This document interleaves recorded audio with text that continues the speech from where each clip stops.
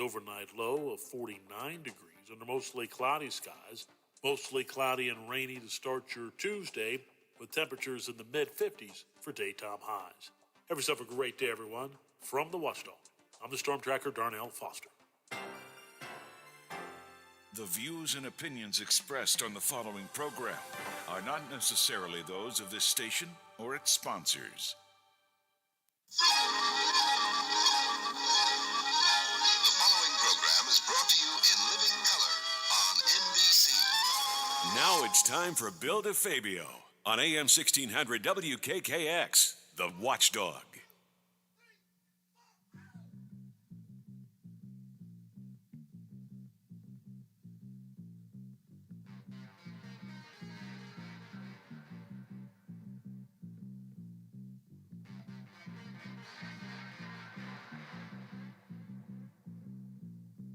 People moving out, people moving in. Why? Because of the color of their skin. Run, but you sure can't hide. An eye for an eye, a tooth for a tooth. Vote for me and I'll set you free. Rap on, brother, rap on. Well, the only person talking about love now, brother, is the preacher. And it seems nobody's interested in learning but the teacher. Segregation, determination, demonstration, integration, aggravation, humiliation, obligation to my nation. Yeah. That's what the world is today. Hey. The sale of pills are at an all-time high. Your folks walking around with their heads in the sky. Cities aflame in the summertime. No, the beat goes on. And the beat goes on right here on AM 1600. We are the Watchdog, your voice of the Ohio Valley. I'm Bill DeFabio, behind the mic, across the way behind the glass, executive producer slash teammate slash a great lady. Did I write that? I guess I did. Lola Miller. Lola, how was your weekend? Fine. It was fine. All right. Your Lions gave the Rams a pretty good game, huh? It was close at one time, you know? Yeah, I was rooting for the Lions to beat Matthew. What? What did you say? I was rooting for the Lions. Oh. Rooting for the Lions to win. That way Matthew don't have to worry about a reunion tour again. I'm just surprised that Stafford didn't do better. I mean, you know, the Rams are really good. Yes, they are. But, yeah, it's just, you know, thank God. My son had to sit through the whole game because it was on out at his house. I got spared that. Yeah. I only had to watch it on Red Zone. But the Red Wings looked really good last night. I don't know. I don't watch the Red Wings, but What? I don't watch what the Red Wings are doing, so I mentioned it because of you. I wasn't expecting you to. I just wanted to say the Wings looked really good last night. I had wings Friday night. They looked good, tasted good, and cost me about $1.11 each. That's with the skin on. I just can't believe how expensive things are. $3.69 gas station about 2 blocks away from my house. And we're supposed to go back with OPEC in a few months. We're supposed to work with OPEC again. I don't know. Everything's crazy. I got to mention this, although I don't have to really mention it until later in the week, but it's an advisory, okay? Overnight I-70 westbound lane closures near exit 5. The West Virginia Division of Highways advises that beginning Friday, October 29th, alternating single-lane closures will be placed on the I-70 westbound milepost 5.23 near exit 5. What's that near, Lola, exit 5? Elm Grove. Okay. So when you come down, it's the exit right there where you come down the bottom of the hill. Okay. And it'll be closing from 9 p.m. to 9 a.m. the following morning. The I-70 westbound exit 5 on-ramp from Route 40 will also be closed during this time. Inclement weather or unforeseen circumstances could change the project schedule. Well, they- Heads up, phones down. Go ahead, Lola, before I Well, finish. they're getting ready to, they're finishing up that bridge, Ah, so, okay, good. you know. Once again, this is from the West Virginia Department of Transportation. Heads up, phones down. Motorists are advised to be alert for changing traffic patterns and to expect delays. Any questions or concern regarding the I-70 Bridges project today? Am I allowed to give the hotline number? Yeah, 304-810-3214. And for additional information regarding the project, visit www.i70forward.com. Okay? I'll be mentioning it during the week so we can prepare you for maybe some traffic problems, bumper to bumper for a while, okay? Oh, man. Not a bad weekend. Saturday was a fun weekend for the Pitt Panthers. Of course, I worked that game, and you know what? I couldn't believe it. I said to myself, is this a Steeler game? They actually had some butts in the seats. We were told, or it said in the paper, 60,000. There was about 56 or 57,000 there, give or take a couple thousand. And man, the celebration afterwards. I never seen so many sheriff department policemen or Pittsburgh city policemen or about 30 of my colleagues, because with 2 minutes left in the game, they went out on the field to make sure the fans did not go crazy. Well, some fans got on the field. Let them celebrate, for crying out loud, you know? But the celebration with the players took place for about 45 minutes. It was a good game for ESPN. There was about 11 or 12 pro scouts there to see the quarterback of Pitt. I think he's in the top 2 in the country. I don't think you'd have to say he might be in the Heisman race. I think he's already there. And there were 8 Bull Scouts there to watch Pitt. And speaking of Pitt and the Bulls, let's go over the coaches and the AP polls.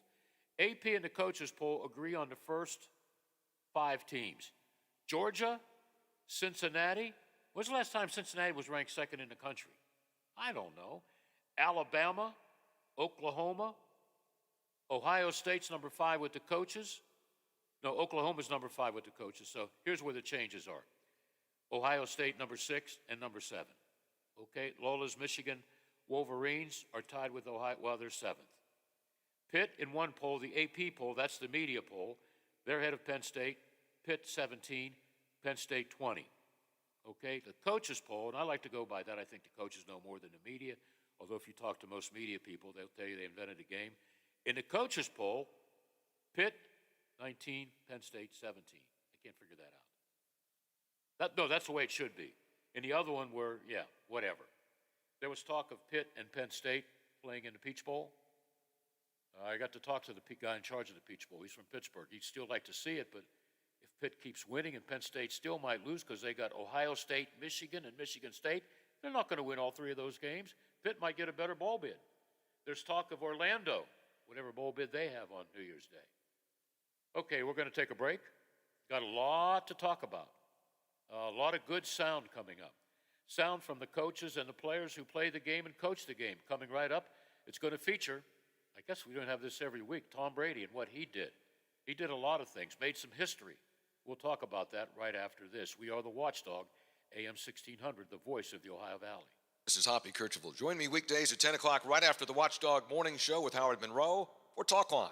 I have guests, conversations, texts, phone calls on all the big stories affecting us in West Virginia. So tune in weekdays right here on FM 98.1 and FM 97.7, The Watchdog. Now is a great time to insulate ahead of the cold weather with fiberglass insulation from Menards. Knopf Insulation offers superior year-round comfort and is perfect for lowering energy costs in your home, garage, office, or place of business. Save 11% on all Knopf fiberglass insulation. Get 11% off everything now at Menards. Good through October 30th. Savings are mail-in rebate. Some exclusions apply. See store for details. Save big money at Menards. Babies come with lots of decisions. Cloth or disposable? Crib or bassinet? So when it comes to protection, go with the safest, most effective choice, vaccination. Get all the recommended vaccines for your baby by age 2 to protect your child against 14 serious childhood diseases. For more reasons to vaccinate, talk to your child's doctor. Go to cdc.gov/vaccines or call 800-CDC-INFO. A message from the Centers for Disease Control and Prevention. For all of your IT needs, visit omniperforms.com. Omni Strategic Technologies, the only IT company that the watchdog trusts. Hi, this is Hoppy Kercheval. West Virginia, in many ways, is a diverse state, often with different issues, challenges, and successes depending on where you live. But we're also a small state, and we're all connected by being West Virginians. Every day from 10:06 till noon, I talk about and provide insight into the events that shape who we are. My approach is tough but fair, and we may disagree, but together we'll stay abreast of what's going on in our great state. Successes, the hardships, the challenges, and of course the politics that contribute to making us who we are. So join me weekdays, 10:06 till noon for Metro News Talk. Quaker Steak and Lube at the Highlands is the perfect place to relax after a long day. Happy hour from 3 to 6 Monday through Friday. Get $2 off appetizers, $3 off domestic drafts, and house wine specials. Quaker Steak and Lube, voted Best Wings USA. Quaker Steak and Lube at the Highlands with another steal of a deal. Get a steak burger and fries all day Monday for only $8.99. It's also Military Mondays. The Lube will take 25% off for all veterans, active duty military, and first responders. Quaker Steak and Lube, voted Best Wings USA. With the weather changing, it's good to know Toyota has a wide range of all-wheel drive vehicles, like a stylish Camry, right now with up to $1,250 total cash allowance. Or go with an Avalon with up to $3,000 total cash allowance. Visit buyatoyota.com today and find a dealer near you. You can take cash back or apply toward down payment. Offers may vary for hybrid models. See your dealer for details. Offers end November 1st. Toyota. Let's go places.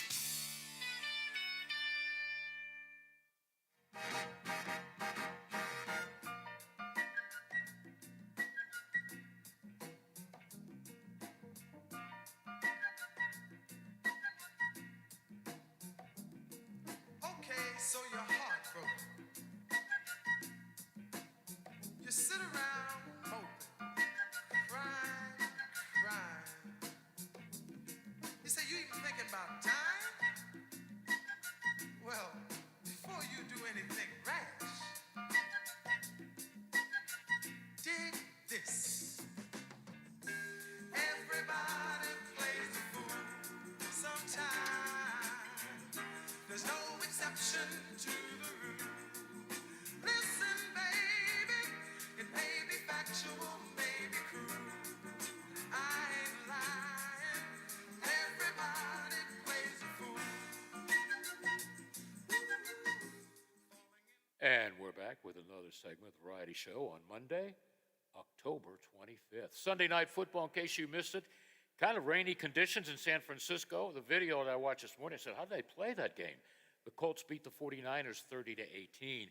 The Steelers, of course, were idle Sunday, but I would bet the mortgage that the players and the coaches watched the Bengals-Ravens contest played in Baltimore. And how about those Bengals?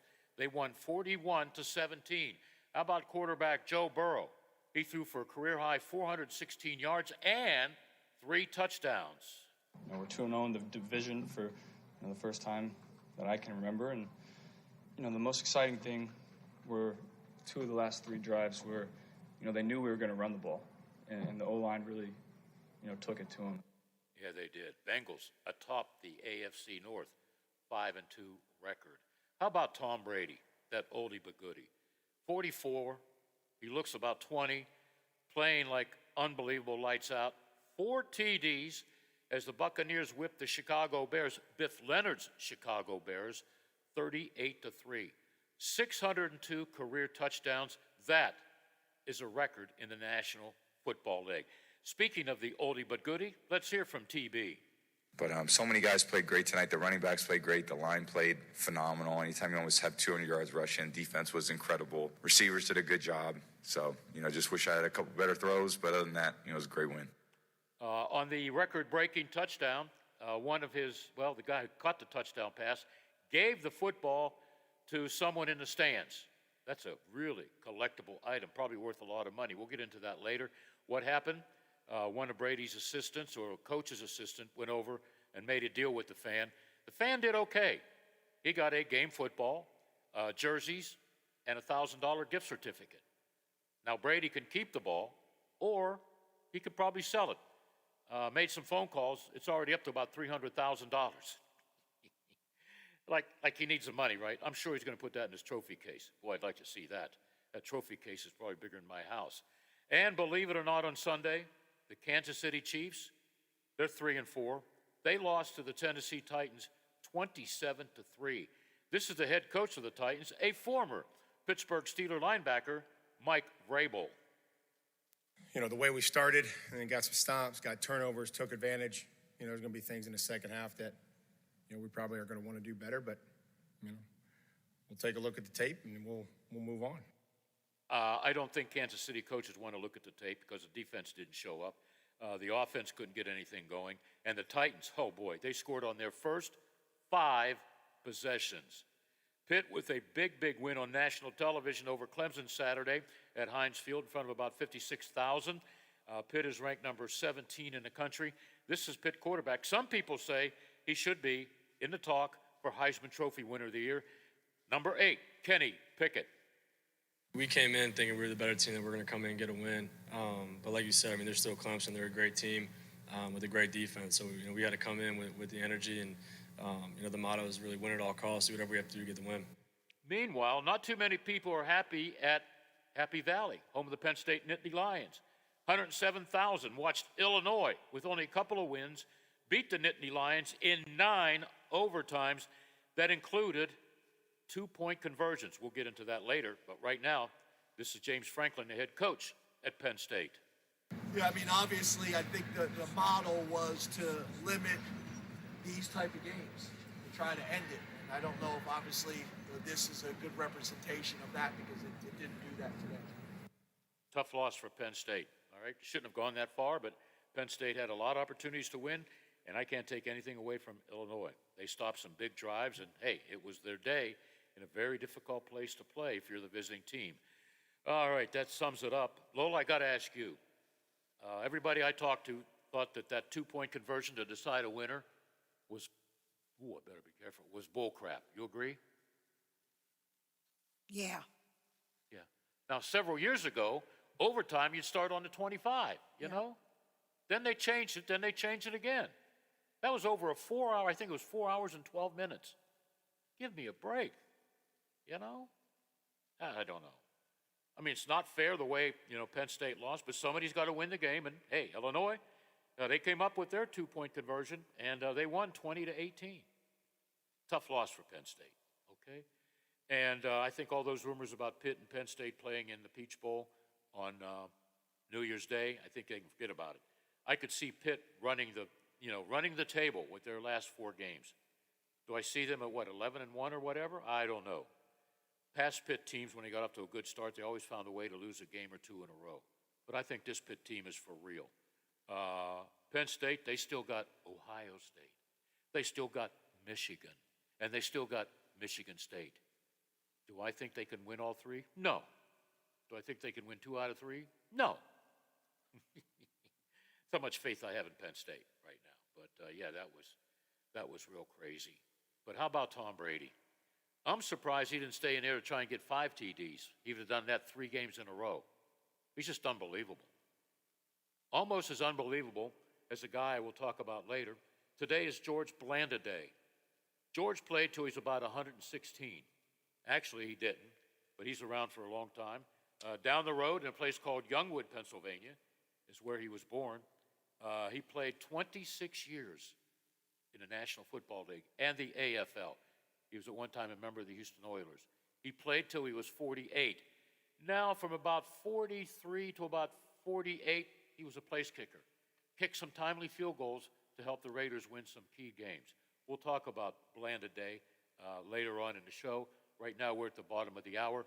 We're going to take a break, and we're going to go from Wheeling to the campus of Wheeling University, where Saturday, a classic football game took place.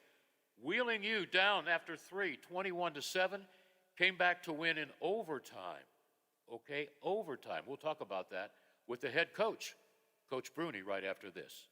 The Metro News Update is brought to you by Thomas Auto Centers, Mall Road, St. Clairsville. Get the best deal at Thomas Auto Centers. West Virginia Metro News, I'm Jeff Jenkins. West Virginia Auditor J.B. McCuskey is working on statutes dictating how delinquent property taxes are handled. When it comes to homes in danger of being sold due to delinquent property taxes, State Auditor J.B. McCuskey wants to incentivize local governments, investors, offer low-cost housing to recruit teachers or police officers into communities, or even a tool to offer housing to those in recovery. It will make it easier for us to sell these properties because where they're going is so valuable to the rest of the community at large. McCuskey says it would be the first change in some guidelines in more than 100 years. I'm Mike Knowlting for WVMetroNews.com. U.S. Representatives Dave McKinley and Alex Mooney both plan to run for re-election to the U.S. House of Representatives, but only one will have the chance to run in the 2022 general election. As Republican Party's candidate, the new congressional map created by the West Virginia legislature splits the state into North and South districts, setting up the showdown.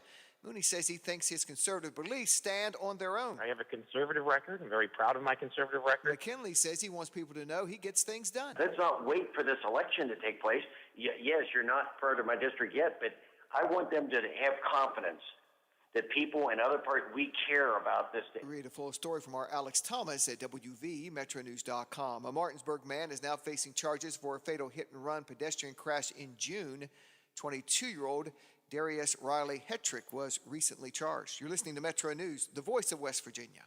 The United Way of Monongalia and Preston counties is continuing its annual fundraising campaign, with the organization nearly halfway towards its goal so far. More than $522,000 has been raised. The money raised is part of the organization's We Can Move Mountains efforts. There is no coronavirus media briefing today by Governor Jim Justice and his administration. They'll be back with that briefing tomorrow. The state DHHR says just over 8,100 active COVID-19 cases in the state. From the Metro News Anchor Desk, I'm Jeff Jenkins. Do you enjoy sports betting or fantasy sports? If so, know that gambling's not a way to earn your income. BeforeYouBet.org helps keep gambling fun and assesses your risk for problem gambling. Be the fan with a plan this season and take our quiz at BeforeYouBet.org. Hey there, what are you doing today? Would whatever it is be easier with faster, more reliable home internet? If you said yes, we have good news. Plus, you could save up to $150. Viasat offers high-speed satellite internet wherever you live, even if cable providers don't go there. So you can get online today and tomorrow. Go to Viasat.com/connect now and save up to $150 on select home plans. That's Viasat.com/connect now. Minimum 24-month service term. Services not available in all areas. See Viasat.com for additional terms and conditions. The ONN Daily Podcast. Get a recap of all the day's news from across the state. The ONN Daily Podcast. Listen at ONNRadio.com or wherever you download your favorite podcasts from the Ohio News Network. Now at Menards, save big money on your next flooring project with 11% off everything. Update your home with Great Lakes Flooring. Vinyl plank is waterproof, durable, and easy to install, making it perfect for any active lifestyle. Right now, get 11% off all Great Lakes vinyl plank flooring. Get 11% off everything now at Menards. Good through October 30th. Savings are a mail-in rebate. Some exclusions apply. See store for details.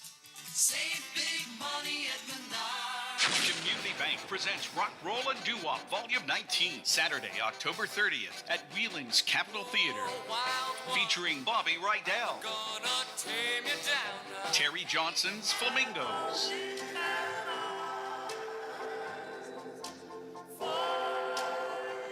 The Marvelettes, Oh yes, wait a minute, Mr. Postman. Wait, The Reflections, and PBS TV star Chris Ruggiero.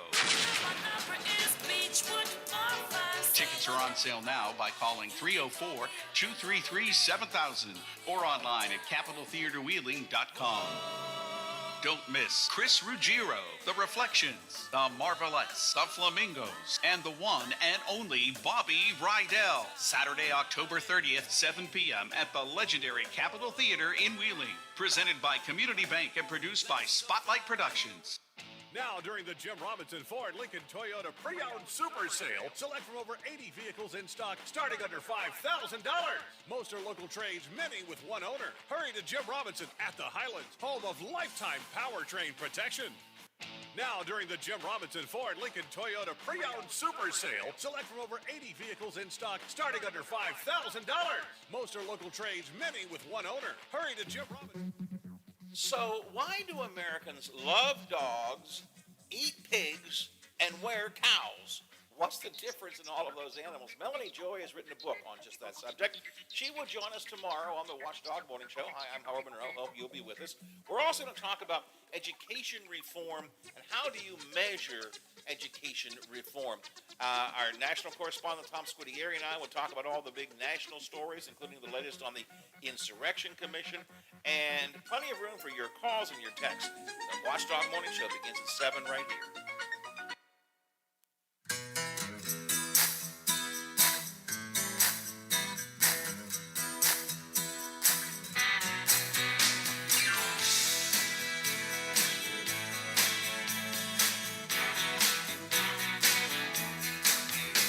I woke up this morning, my head felt dense. I splashed it with water, trying to make it make sense. I stumbled to the kitchen, she was standing at the sink. All she had to do was just give me that wing. And slam bam, I'm feeling alright. Troubles take a hike in the blink of an eye. Don't need to psychoanalyze or have a stiff drink. All she's gotta do is just give me that wing. Forgot to mention during my sports wrap-up, the Penguins, they were at home, and I thought Toronto, on paper, they looked really good. They got quite a few all-stars, but they didn't show up Saturday night, KPPG paints. It was the Penguins 7 and Toronto 1. How about the offense of late? I mean, they're really playing well. The Penguins have averaged about 4 goals a game in all but one game this season. And they're playing without Sid Crosby, Evgeny Malkin, and Chris Letang. Well, you got a lot of young guys. When those guys come back, they might be moving to Wilkes-Barre. So a lot of these kids are playing for their jobs. Drew O'Connor, he scored a couple of times. But the Penguins are off to a good start. Can't say that about the Nailers. They had a 3-1 lead late in the game. They had some goaltending problems. We'll let DJ Abasella tell you the bad news coming up at 2 o'clock. Army could not be here. I guess he had a doctor's appointment. So DJ said, I'm going to bring a player. Okay? All right, so we'll have to wait and ask him about the loss at the opener. And they still got a couple of more away games to play. All right, and of course, it was a big weekend for West Virginia University. They beat TCU 29-17. All right, so the Mountaineers, they need a couple of more wins. If they can get 6, sometimes they take teams with 5, they'll be bowl eligible. And a lot of teams will be bowl eligible because they have 15,000 bowl games out there. Okay, not 15,000, maybe 1,000. I remember when a team, what was the team, 5 and 6, got into a bowl game, got plastered. But they got to go to a bowl. All right. And if you go to a bowl game, you get a lot of nice luggage, sometimes jewelry, hats and stuff, because most of the bowl games that the hosts are the most. All right. I want to get into George Blanda because I'm familiar with him. Got to interview him later in his career when he was just a kicker for the Raiders. All right. Immaculate reception. Okay, the Raiders had a lead. He did kick the extra point, and it didn't help because the Steelers came back with the immaculate reception in 72, and you know the rest of that story. But when he was traded, I'll just give you the whole story while we have a few minutes before we talk to Coach Bruni. It all started on this day, 1970, Fall Football Day. George Blanda, who had played pro football for the Chicago Bears for 10 years, he retired. Then he returned to the game as a starting quarterback for the old Houston Oilers in the AFL. He led the Oilers to not 1 but 2 AFC championships, earning the title of AFC Player of the Year in 1961. Remember that, 1961.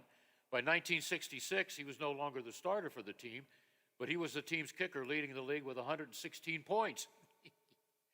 Then he was traded to the Oakland Raiders as a kicker. That's when George Blanda became a legend in his own time. As it happened on this date in 1970, Blanda, 43 years old, replaced a Notre Dame quarterback, Darryl LaMonica, the Raiders' injured quarterback, sitting on the sidelines, and here comes the old geezer. Blanda threw 3 touchdown passes, 19, 43, and 44 yards, taking the Raiders at home to an easy victory over a bad Pittsburgh Steelers team, 31-14. And that, my friends, was only the beginning. The following week, Georgie Porgy kicked a field goal 48 yards to tie the Raiders with Kansas City with only 3 seconds left to play in the game. The next week, Blanda replaced LaMonica again in the last quarter. Oakland was down by 1 touchdown. With 62 seconds remaining, Blanda threw a 14-yard touchdown to tie the game. Then, he kicked a 52-yard field goal in the last 3 seconds. There ought to be a movie about this guy. Another week, another game, and another Blanda heroic ending. 4 minutes left to play. Denver had to lead over Oakland by 2 points. Blanda, the old guy, drove for 80 yards, threw a touchdown pass to Fred Sticky Bolitnikoff. Remember, he had the sticky fingers, gloves he wore? Oakland won.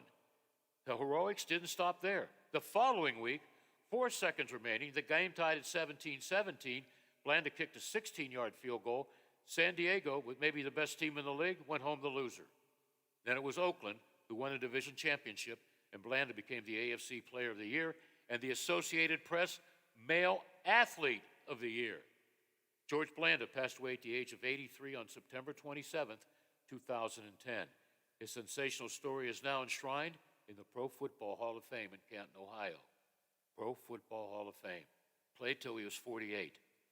I wonder if Tom Brady's going to try and break that record, okay? You know, there was about 4 players that threw for over 500 touchdowns or more.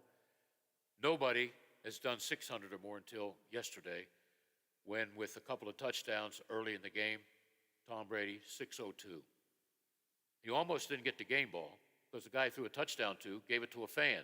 Well, somebody from the front office went to the fan, made a deal. I guess the fan got another game ball. Well, I don't know if it was signed or not. We'll have details later in the week. He's going to get a whole lot of jerseys and a $1,000 gift certificate. That'll buy a lot of gifts. So that's a cool story. And I made some contacts this morning to people who sell collectibles, and already that ball's probably worth between $250,000 and $300,000. Tom Brady wouldn't sell that ball, would he, Lola? No, well, he might, but he'll donate the money. Yeah, he will do that. He will do that. Will he play till 48? I wonder if, when I have the legend on Friday, I'll ask him if you can bet on that. I'm sure you can. But I remember George Blanda. The guy couldn't throw the ball, but boy, could he kick it. And he won so many games for the Raiders and the Oilers. I was a big AFL guy.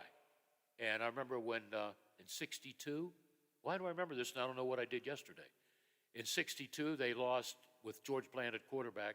The Oilers lost to the Dallas Texans and their quarterback, Len Dawson.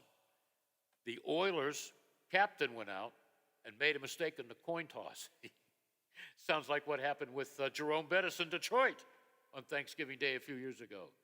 And the Texans won.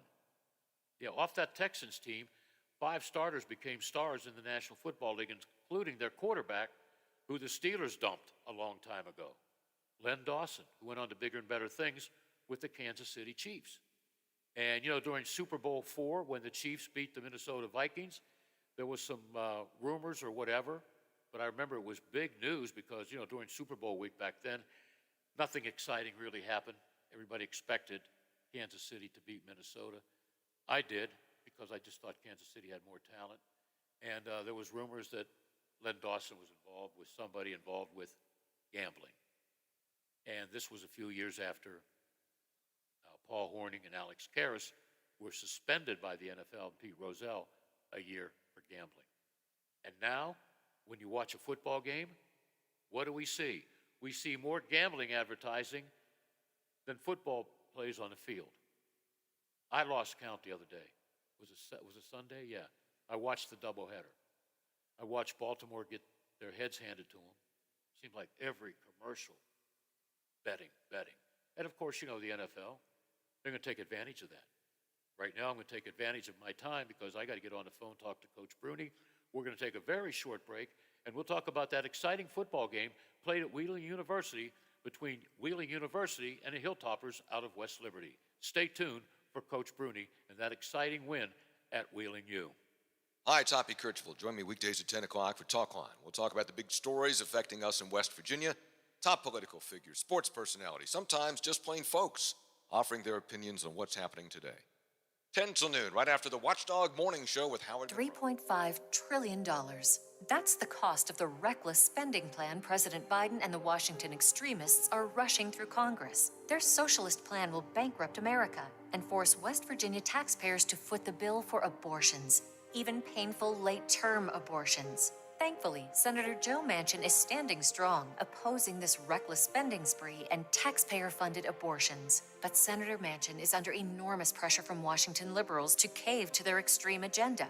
Biden and Pelosi are intent on forcing West Virginians to pay for abortion on demand, even up to the moment of birth when babies can feel excruciating pain.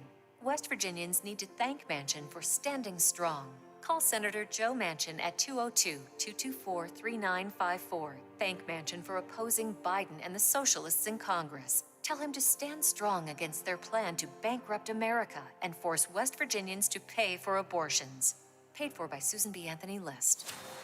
The Mountaineers are climbing. And the final seconds coming off of the clock here at the 62nd Liberty Bowl. And the best is yet to come. It's hit and dropped. They got him again. There goes Lenny Brown. He's going to score 6. Fires it toward the end zone. Touchdown, West Virginia. Join us all season long on your home for Mountaineer football. MSN, the Mountaineer Sports Network.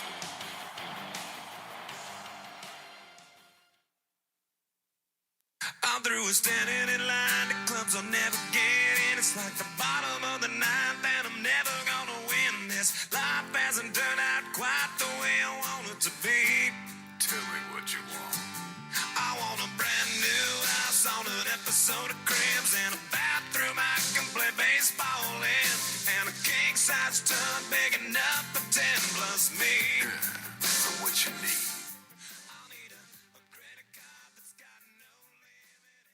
So I was going crazy. You know, I was working the Pitt-Clemson game for the security folks at Heinz Field and for ESPN, and we're really not allowed to use our cell phones. So I went to the bathroom a lot because I wanted to check on Wheeling U and West Liberty. I almost threw the phone against the wall when the Hilltoppers were leading, 20-7 in the fourth quarter? I said, give me a break. Next time I checked the phone, which was about 25 minutes or 30 minutes later, how about an overtime win for the Cardinals? 26-20. Coach, how about that? Have you watched the film at all? Yeah, we watched it as a staff, and then we watched it with our players yesterday, and did our grading, made our evaluations, and saw a lot of good things, and saw a lot of things we needed to fix and get corrected. But great team win, and we're kind of had 24 hours to celebrate it, and kind of on to the next. It's a great win. I know you've only played those guys, 3 times? You've won 2 out of 3? That's not bad. Hey, listen, did you say something on the sidelines? Because that team looked, I guess, very sluggish for 3 quarters, and then they came out and just did a number in the fourth quarter. Did you say anything to the players? Well, I think it was just stay the course, keep working. They made some plays, and we were in the game. We didn't finish some drives on offense. They had a great plan on defense, and they made things hard for us. We didn't execute very well offensively. We did at the end of the half. We got a big drive towards the end of the half and got a touchdown. And it was a tight ball game, nip and tuck, and they got out to that 13-point lead, and it was just like one break either way. And we got the break in the fourth with a great play by our defense, the return of an interception. Josiah Wright made a great play, and that kind of jump-started us a little bit. Got a great kickoff, from our special teams, and Travis Hissom hit a great kickoff, pinned him down in, ball got fumbled around.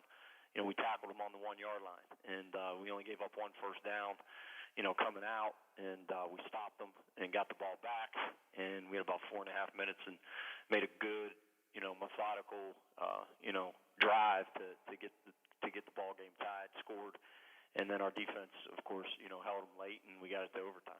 Yeah, West Lib had a chance with a short attempt at a field goal to end it, right? It wasn't that short though. It was a 42-yarder. Oh, 42. I'm sorry. Yeah, okay. that kid's an excellent kicker. You feel bad for him. Just based on.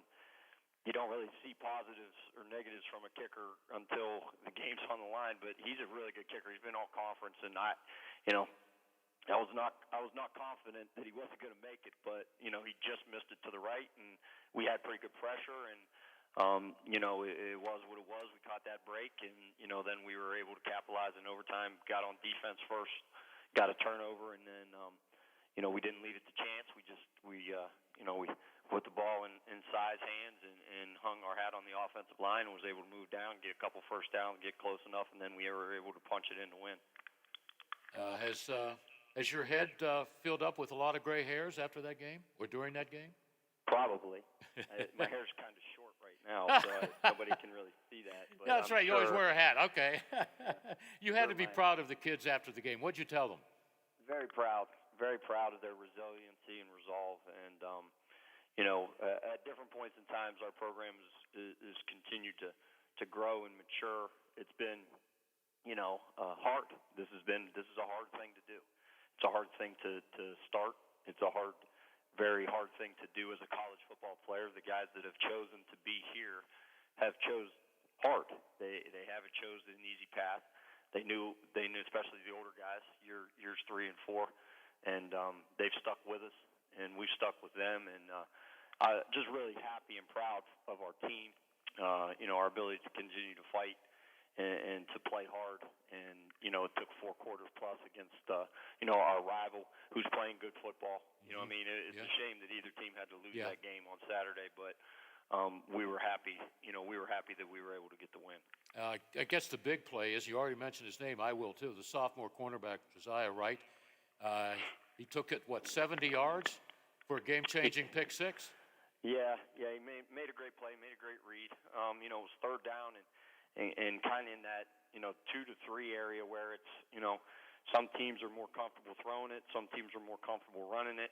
They have a good pass offense. They have very good receivers, good tight ends, and they had a good back. So it's like, it's 50-50 whether they're going to run or pass there. And we made a quick adjustment. Coach Gaiman made a great call on defense, and they ran a quick route to the outside, and Josiah was just able to read the route, jump the route, and snag the ball, because it was a great interception. It was a great catch of the football. It wasn't like it was an easy catch that kind of just landed in his lap. He made a great catch of the football, and then just outran everybody because he does have great speed. So big play when we needed it. We just needed one of those plays kind of in the second half to kind of get us jump started, and it did. And our guys continued to fight, and our defense has played extremely well all year. Was not surprised by the play that Josiah made. Was not surprised by the play that Rich White made in overtime there at the start of overtime. So really happy for those guys because they work extremely hard, and they've made those plays a bunch of times in practice. We've seen it over and over again. So work wins and work works. So they deserve to make those plays because they've practiced and put themselves in the position to make those plays when it counts. I've been saving this question for you because I didn't want to do any research because I was a little bit upset with the way the Penn State game ended. I mean, congratulations to Illinois for their win. 9 overtimes, and the game, hung on the line for 2-point conversions. Is Right. the same rules for Division II? Yeah, it's the same rule now across the board in college football. The overtime rules changed going into this fall. So a first overtime gets played kind of like a normal overtime always has. You get 2 possessions. One team gets both possessions. If both teams score a touchdown, kick an extra point, stays tied, or both teams kick a field goal, stays tied, or neither team scores, it goes to the second overtime. Well, now in the second OT, it plays out that way, but you can't kick an extra point if you score a touchdown. Both teams would have to go for 2. Then if you get to a third overtime with the game still tied, of course, then from the third overtime on, it's just alternating 2-point plays. Well, they did that, I think, to try and, there had been some marathon overtime games in the past, where 5, 6, 7, 8 overtimes has occurred. But that alternating, dueling 2 points once you get to the third overtime, that could make a game even longer too. So that's a rule that carries across college football, Division I, Division II, Division III. That's the rule at all.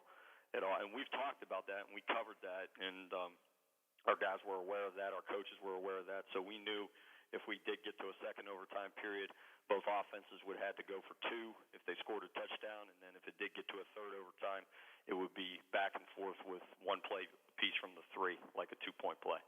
I mean, a few years ago, didn't you start the game or overtime from like the 25? Yeah, that's still the same rule. The first two OTs get played from the 25 in. It's just this. Once you get to that third OT, then it goes down to the 3, and it's one play alternating for each team. That just took effect this fall. I'm sure as a coach you don't like that 2-point conversion to win or lose, do you?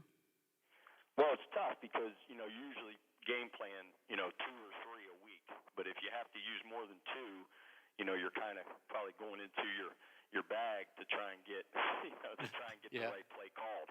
So I'm sure, Penn State and Illinois didn't get, they didn't get those 2-pointers scored, back and forth consistently. That's why it went 9 overtimes, because in a game plan, in a weekly game plan, you don't really have time to carry 4 or 5 2-point plays because you're not expecting to have that many. You want to carry 2 to 3 each week that you're going to practice and consistently have or keep in your back pocket. And so that could happen. I mean, it's just college football. It's the way it's played, and that's why the game's so exciting. Oh, yeah. Yeah, well, not too many happy people in Happy Valley today, but that's why they play the game. I would have bet your mortgage that they would have beaten Illinois. No, I wouldn't have bet your mortgage. Maybe a lunch, Coach. That's why you play the game. That's why, yeah. Well, I'll tell you what, that's a broadcaster speaking. Hey, I got to ask you this. Might be a silly question, but I want to know. This was a rivalry.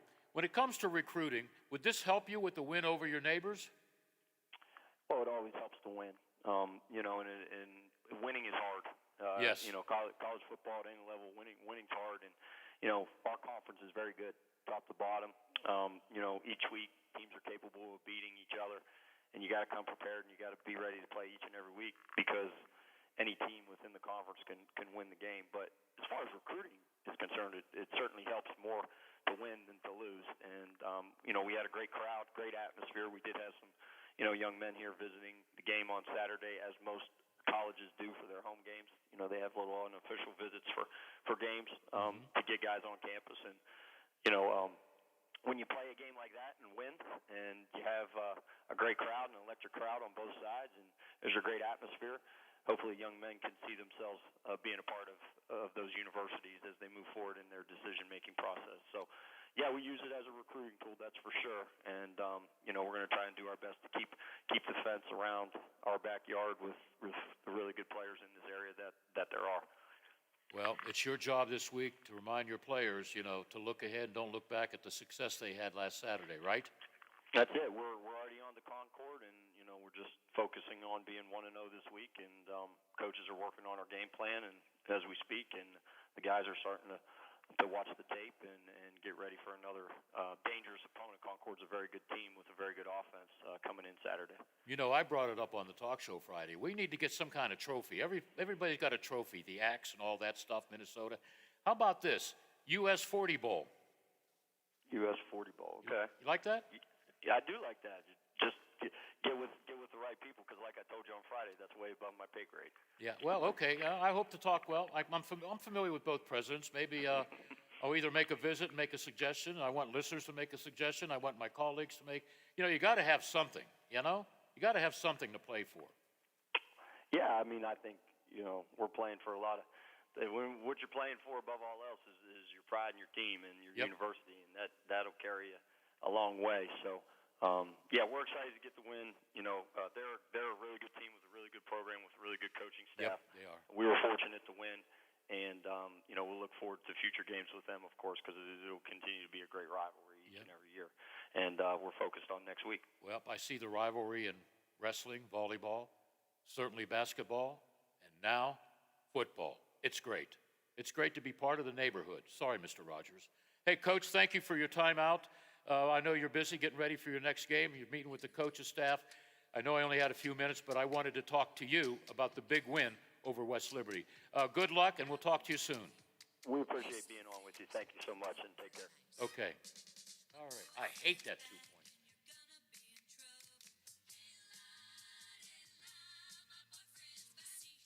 All right. Good song. Good song. Don't forget the doo-wop. Bobby Rydell and company, Saturday. Don't forget the big Halloween party at River City on Friday.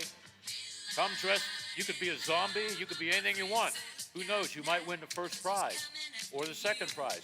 12 big-time prizes at River City. I'll be right back. we're going to talk Pitt football with one of the most respected college football writers in America, Jerry DiPaolo.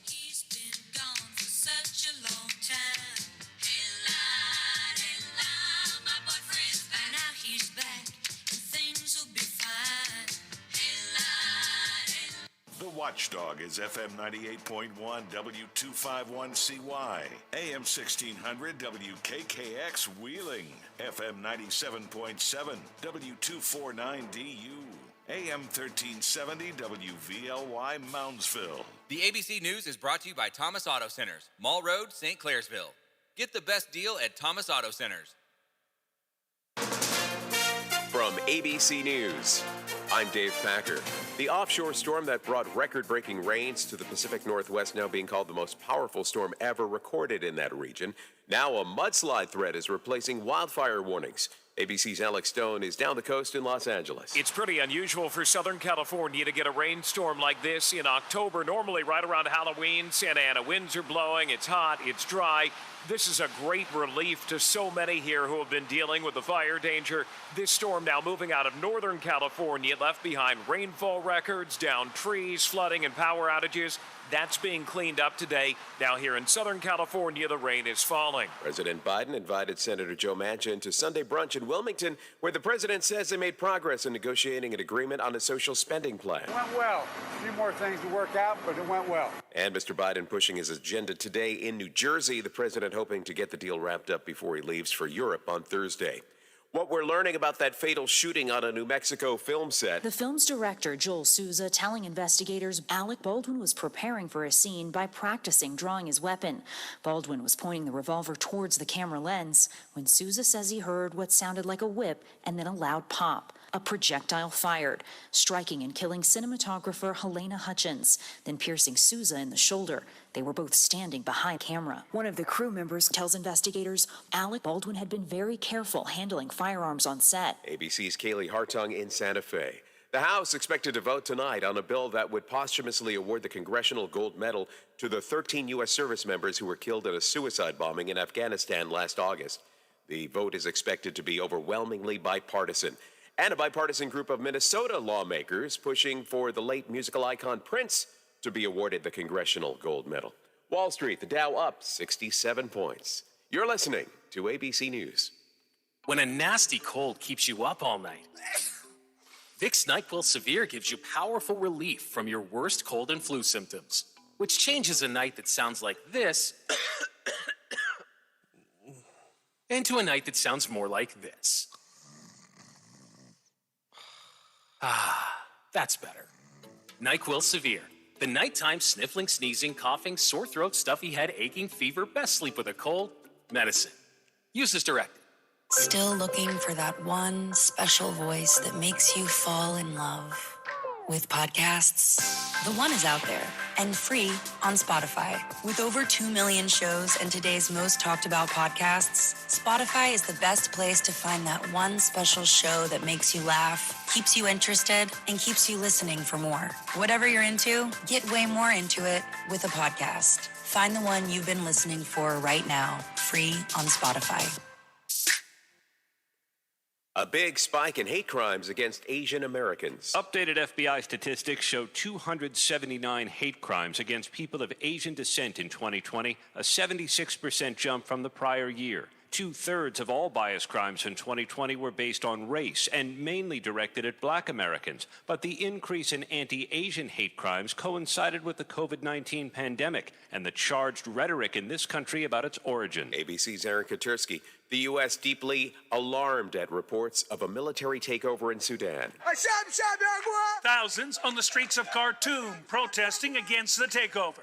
Sudan's top general has dissolved the government and announced that the military will now run the country after arresting the acting prime minister and other officials. The move threatens to derail Sudan's long, rocky attempt to transition to democracy, 2 years after the ouster of longtime leader Omar al-Bashir. The power grab comes just before the military was supposed to hand leadership of the country's joint military-civilian administration to civilians next month. Tom Rivers, ABC News, at the Foreign Desk. Police near San Antonio are investigating the cause of a drag racing tragedy. 2 boys, one of them 6 years old, the other 8, were killed over the weekend when a car veered off the track into the crowd. Witnesses say that there were no barriers where the car crashed and the driver appeared to lose control. This is ABC News. At CDW, we get the right workspace helps you work better. It took 3 encyclopedias, but my webcam is finally at the right height. And I found the perfect cardboard box for my tangled assortment of cords and cables. Sounds great, but with TripLite Work from Anywhere solutions orchestrated by CDW, it's easier for your teams to work consistently and productively with tools like monitor mounts, USB docks, and adapters. Know anyone who wants 3 encyclopedias from 1992? IT orchestration by CDW. People who get it. Find out more at cdw.com/TripLite. Dave Packer, ABC News. This is ONN. On the Ohio News Network, I'm Daniel Barnett. The daughter of Cleveland Mayor Frank Jackson reportedly died over the weekend. Lydia Esparra with affiliate station WKYC-TV in Cleveland has the story. Sources tell me Janice Jackson was found unresponsive. On social media, people have been shocked by the loss and sending out love and support to the Jackson family. Richard Starr, candidate for city council, says Nisi was a leader. She will be missed because she was one of the people who continue to fight and support our young people. This is the second death for Jackson and his family in just over a month. Janice was the mother of Frank Q. Jackson, gunned down execution style on September 19th. The case remains unsolved. Lydia Sparra, 3 News. And to the east of Columbus, Licking County, which includes the city of Newark, is dealing with a surge in catalytic converter thefts. Angela Ann with affiliate station WBNS-TV in Columbus reports. They contain precious metals, which makes them a target for thieves looking to make a quick buck. The Newark Advocate reports the Licking County Sheriff's Office received 38 reports of this type of theft this year alone. They had only 7 last year. The paper also reports 2 government agencies, the Licking County Aging Program and the Health Department, are among some of the places where many of these catalytic converters are being stolen from. I'm Angela Ann. And I'm Daniel Barnett on the Ohio News Network. 304-214-1600. Call the Watchdog with your thoughts. We'll be right back to Local Talk. Community Bank presents Rock, Roll, and Doo-Wop Volume 19, Saturday, October 30th at Wheeling's Capitol Theater. Featuring Bobby Rydell, Terry Johnson's Flamingos,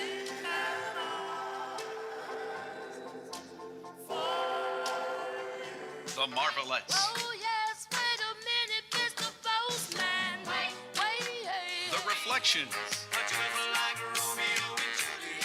and PBS TV star Chris Ruggiero. Tickets are on sale now by calling 304-233-7000 or online at CapitolTheaterWheeling.com. Don't miss Chris Ruggiero, The Reflections, The Marvelettes, The Flamingos, and the one and only Bobby Rydell. Saturday, October 30th, 7 p.m. at the legendary Capitol Theater in Wheeling. Presented by Community Bank and produced by Spotlight Productions. Hello, everyone, from the Watchdog. I'm the Storm Tracker, Darnell Foster, with a look at your local weather forecast for your start to the work week. Look for mostly cloudy skies with an occasional shower or rumble of thunder. A daytime high near 62. The overnight low of 49 degrees under mostly cloudy skies.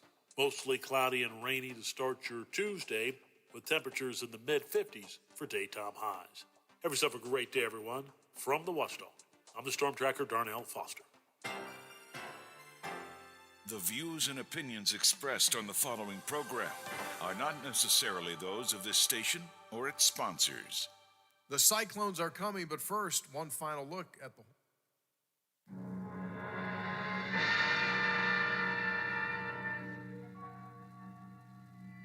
There is nothing wrong with your television set. Do not attempt to adjust the picture. We are controlling transmission. If we wish to make it louder, we will bring up the volume. If we wish to make it softer, we will tune it to a whisper. We will control the horizontal. We will control the vertical. We can roll the image, make it flutter. We can change the focus to a soft blur or sharpen it to crystal clarity. For the next hour, sit quietly and we will control all that you see and hear. We repeat, there is nothing wrong with your television set. You are about to participate in a great adventure. You are about to experience the awe and mystery which reaches from the inner mind to the outer limits. Now it's time for Bill DeFabio on AM 1600 WKKX, the Watchdog. Tax the rich, feed the poor, till there are no rich no more.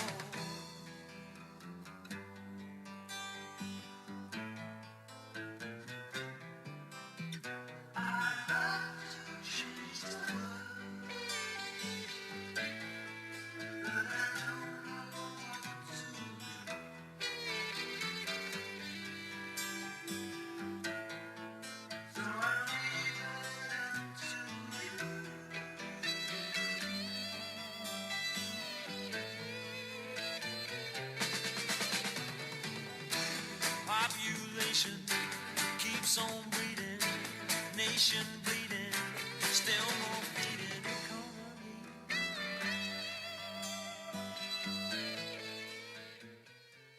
And we're back.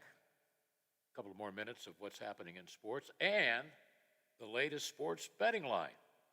That's another new feature. Yeah, we see betting everywhere, so I may as well give you the odds on local teams. So let's start with Ohio State. Ranked 5th and 6th in the nation. Ohio State 16.5 points. They're at home over Penn State. Ooh, that's going to be a tough one, Nittany Lions. Trying to beat Ohio State, trying to stay alive, to maybe get a nice bowl game, whatever. Yeah, that's 16.5. Let's see. West Virginia's at home to Iowa State, but the visiting Iowa State, don't want to confuse them with Ohio State and embarrass Buckeye Nation. Iowa State, 7-point favorites over the West Virginia Mountaineers. Oh, I'd like to see this one. Where does Michigan State play, Lola? What's the name of their town? Or It's in Lansing. Lansing, yeah. I'd like to be in Lansing. Because it's Michigan unbeaten against unbeaten Michigan State.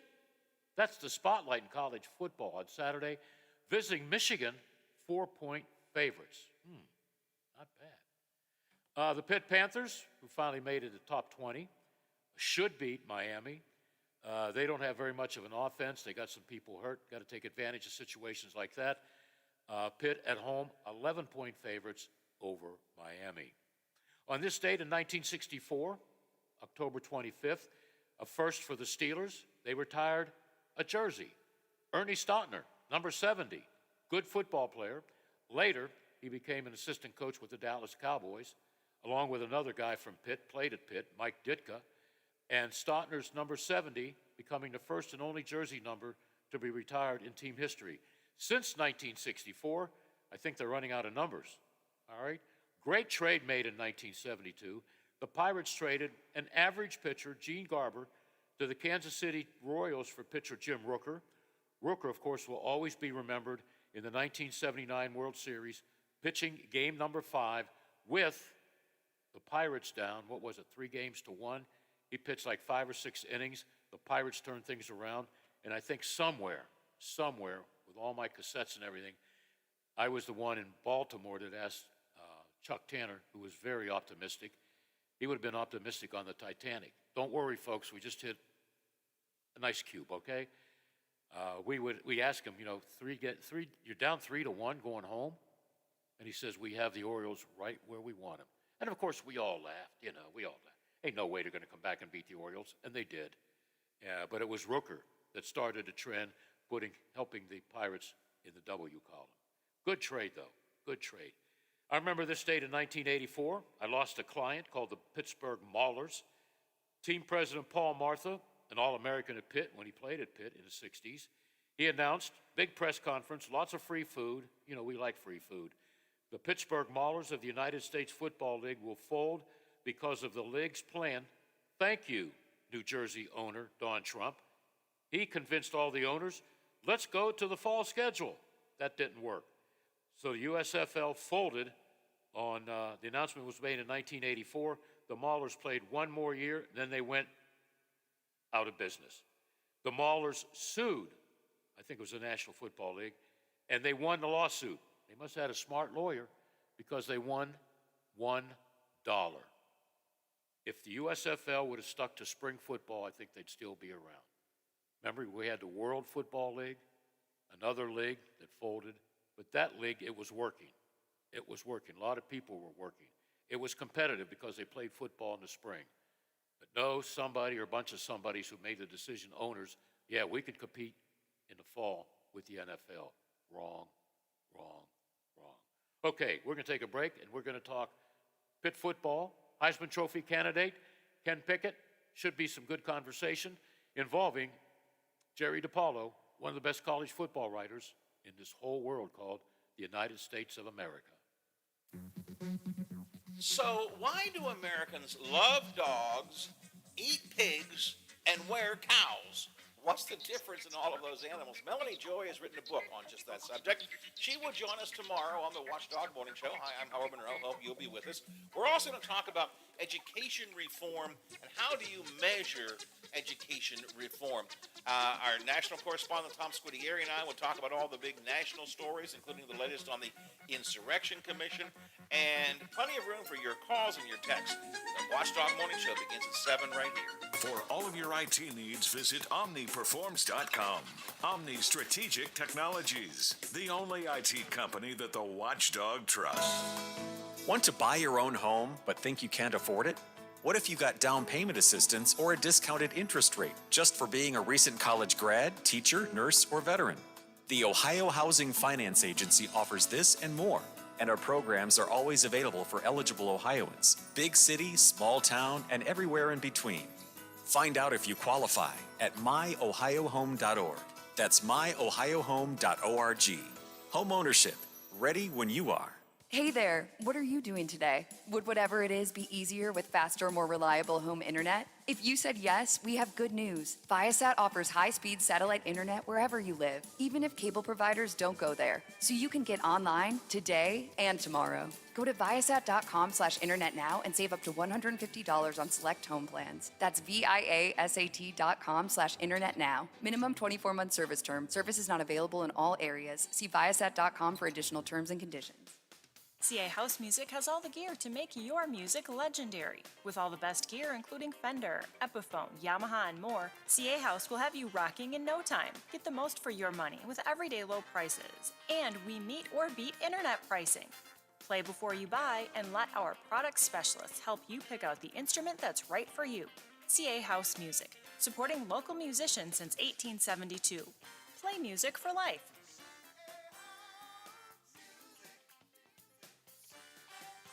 Friday nights in the fall are reserved for high school football, and the 20-year tradition continues on Metro News. It's Summit Community Bank High School Game Night with Fred Persinger and Dave Jecklin, celebrating 20 years of bringing you up-to-the-minute scores, conference standings, player and coach interviews, and more. Tune in all season long to follow your favorite school. Friday nights from 9:30 to midnight. Summit Community Bank High School Game Night on this Metro News station. Lower your home's energy costs with Owens Corning panel insulation and get 11% off everything now at Menards. Foamular panel insulation seals buildings from air and moisture and is perfect for foundations, basement walls, or below a new concrete floor. Right now, save 11% on all Owens Corning panel insulation. Get 11% off everything now at Menards. Good through October 30th. Savings are mail-in rebate. Some exclusions apply. See store for details. Save big money at Menards.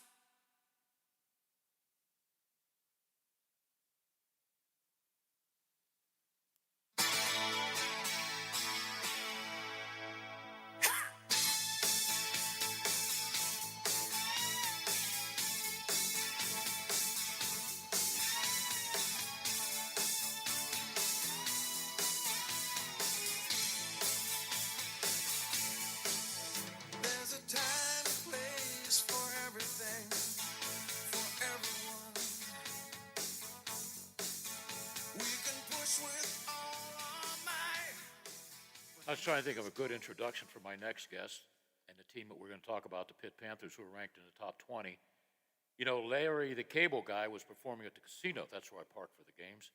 I guess I got there a little bit late, but I know his favorite saying, "Get her done."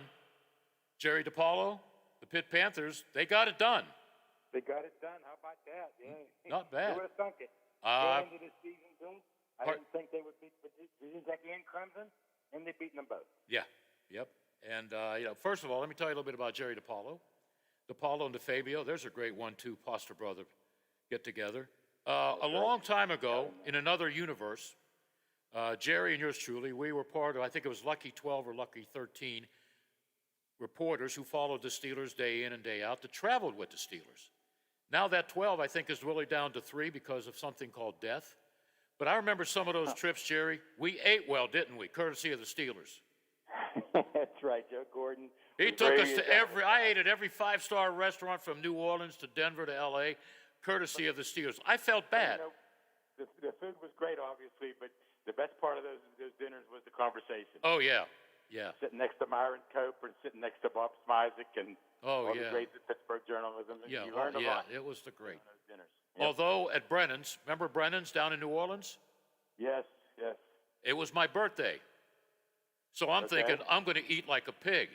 Everybody, this is Joe Gordon that did this, everybody got their plate. And I said, I didn't want to tell Joe, am I eating? So the waiter comes in with this huge plate, right? And I'm thinking, oh, yeah, shrimp, lobster, catfish, man. Opens the plate, and there was a jumbo hot dog in it. Happy birthday, Bill. It's a good story. I wasn't there.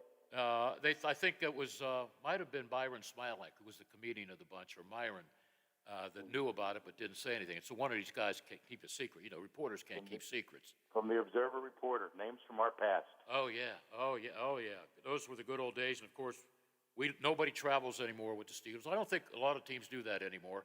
And we can't even get in the locker rooms now. Well, that's because of COVID. That's the only reason that. How about Pitt? Are you allowed in Pitt locker room, or do they bring players out?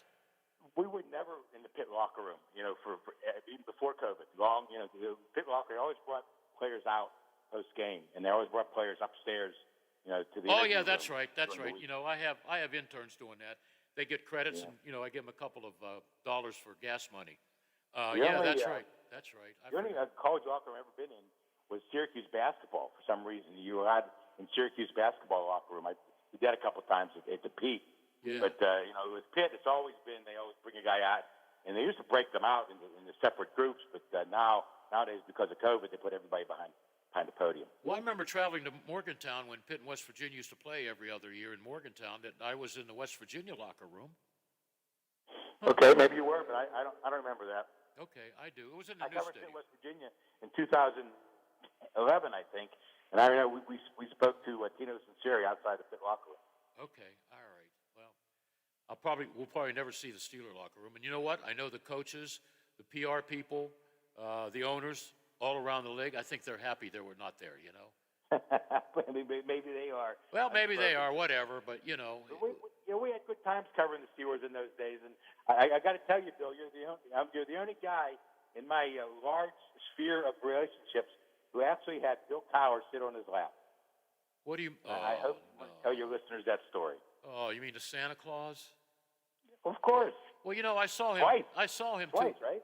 Oh yeah, and then Tomlin, and he screwed up the script, but I'm not going to blame him for it. I'll take the I blame. wasn't there for the Tom. That would have been interesting. That's when I threw a football to him.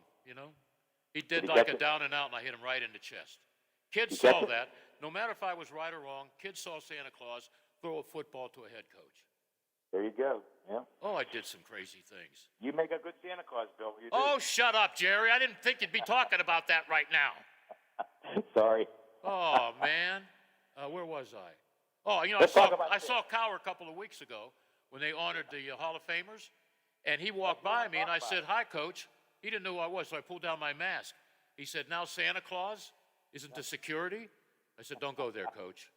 And I wasn't allowed to take my picture with him, or Troy Polamalu. That's a no-no. But that was a great night because, you know what, we had like 5 Steelers in 2 years in the Hall of Fame. Oh, yeah, that was a great Hall of Fame induction ceremony this year. Yeah, did you go to Canton? The whole thing. Yeah. Okay. No, I did not. I watched it on TV. It was a good thing, though. I enjoyed it. How many years have you covered the Panthers, if I may ask you? 11. Same as the Steelers. I covered Steelers for 11 years, from 1994 to 2004. and then I covered Pitt from 2011 to 2021. So it's 11. Finish 11 up here in a couple months. How come you're not retiring? Because I feel good, and I Okay. want to keep working. Okay. I got to ask you this question. I got to ask you this question. Do you get a Heisman Trophy vote? No, I do not. I voted in the AP football poll for many years, but I switched to basketball coming up this season. Oh, But never, okay. not a Heisman vote. No, I do All not right, have a Heisman. who's your number one team in basketball preseason? I think I put UCLA up top. Okay. I think Gonzaga is the consensus choice. Yeah. But yeah. I had UCLA up there, I Yeah, believe. okay, that's good. And you know what? Pitt's playing West Virginia this year in basketball, right? And in football next year, next 4 years. Yeah, well, they should play every year. You know? They should. Well, they should. Those stupid knuckleheads at Duke and North Carolina, they don't want West Virginia in the ACC. West Virginia would be perfect for that.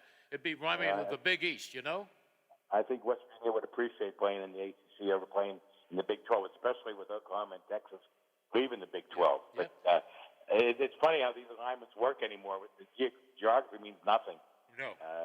You know, and West Virginia has to, go out to Oklahoma. Even not just their football teams and the basketball teams, but their volleyball teams, their field hockey teams. They all travel. These trips, and it doesn't seem to make any sense. But you got to be in a conference just for the monetary value of it. The conference gets paid so much money by the TV. You get a big Power 5 conference, like the Big 12. Even though you're traveling a lot, it's worthwhile. Yeah. What's their closest rivalry? Like 900 miles or 800 miles or something? That's just unbelievable. Yeah, I know. All right, back to Pitt football. I thought it was a Steeler game. I'm losing my mind because I'm going to be 70 soon. I think I started losing my mind at 50. Big crowd. I thought I was at a Steeler game. 50,000 people, announced crowd. Yeah, it was a nice crowd. It was a loud crowd too. Oh yeah. And the student section for the last couple, well, not last year, but the student section was good all season, not just on Saturday, but they've been good all year. And they packed it, and they making a lot of noise, and they seem to have a lot of fun. Yep. And even before the game, when they played the national anthem, you could hear people singing the national anthem. Yeah, I could hear that. I was working one. one tunnels. I'm there. Whoa, this is great. And then that's something you don't see hear all the time. But I think that the fans and the people at the Heinz Field were getting into it. There was a palpable vibe there, an exciting vibe, and it sort of carried over to the team. And Pat Narduzzi even said today the fans in the Panther Pit, which is student section there in that one end zone, made a big difference. Yeah. It was certainly a great time, and we haven't seen one of those times for a long. Well, when they beat Penn State a few years ago, that was pretty exciting. 5 years ago, yeah, that's going back 5 years. That's 2016 season. They beat Pitt and Clemson that year, or Penn State and Clemson that year. That's right. Which is kind of hard to believe. And they only ended up with 8 wins. Pitt has not had more than one double-digit victory total since 1981. The 2009 team was 10-3, I believe. Yeah. But that's the last time and the only time since 1981 that Pitt has won at least 10 games. Yeah, that's right. That was a great moment. And Miami's next. You surprised Pitt's favored by 11? It's a big spread. In Miami, they have some quarterback problems. They have a redshirt freshman, Tyler Van Dyke, starting a quarterback, and he played well against NC State. And that's a ranked team they beat. NC State was ranked 18th, so now they got another ranked team that they got to play with a redshirt freshman. But he's good. Narduzzi talked about him today. He tried to recruit him, actually. The kid's from Connecticut, and he offered him a scholarship, but he ended up going to Miami, and now he finds himself starting as a redshirt freshman. And they got some weapons. I mean, they've been struggling, and they lost a couple close games. But they have athletes like Clemson. They have a lot of athletes. The Rambo kid at wide receiver is very good, and that's something Pitt's going to have to watch out for. And they still have guys in the secondary that can run and jump. So it's not going to be an easy game. 11 might be a little high. Yeah, that's what I thought. Well, they got Miami, then Duke. That should be a no-brainer at Duke. They're struggling. They're not that good. It should be Duke, and then they got North Carolina coming here on a Thursday night. So they're going to play 3 games now in the next, what's today's date? The next 3 weeks? Today's the 25th, yeah. Then they have Virginia. 3 weeks of playing 3 games. That'll be a tough one. Brennan Armstrong, probably the most productive quarterback in the ACC. He's averaging in the country, I believe, averaging over 400 yards a game throwing. So. And you never know what you get in a Carrier Dome, Yeah, it's up at Syracuse. Syracuse, played Clemson tough. Didn't win, but they played them tough. And they got to play up there. And Pitt struggled up there every once in a while. So, ACC is down this year overall.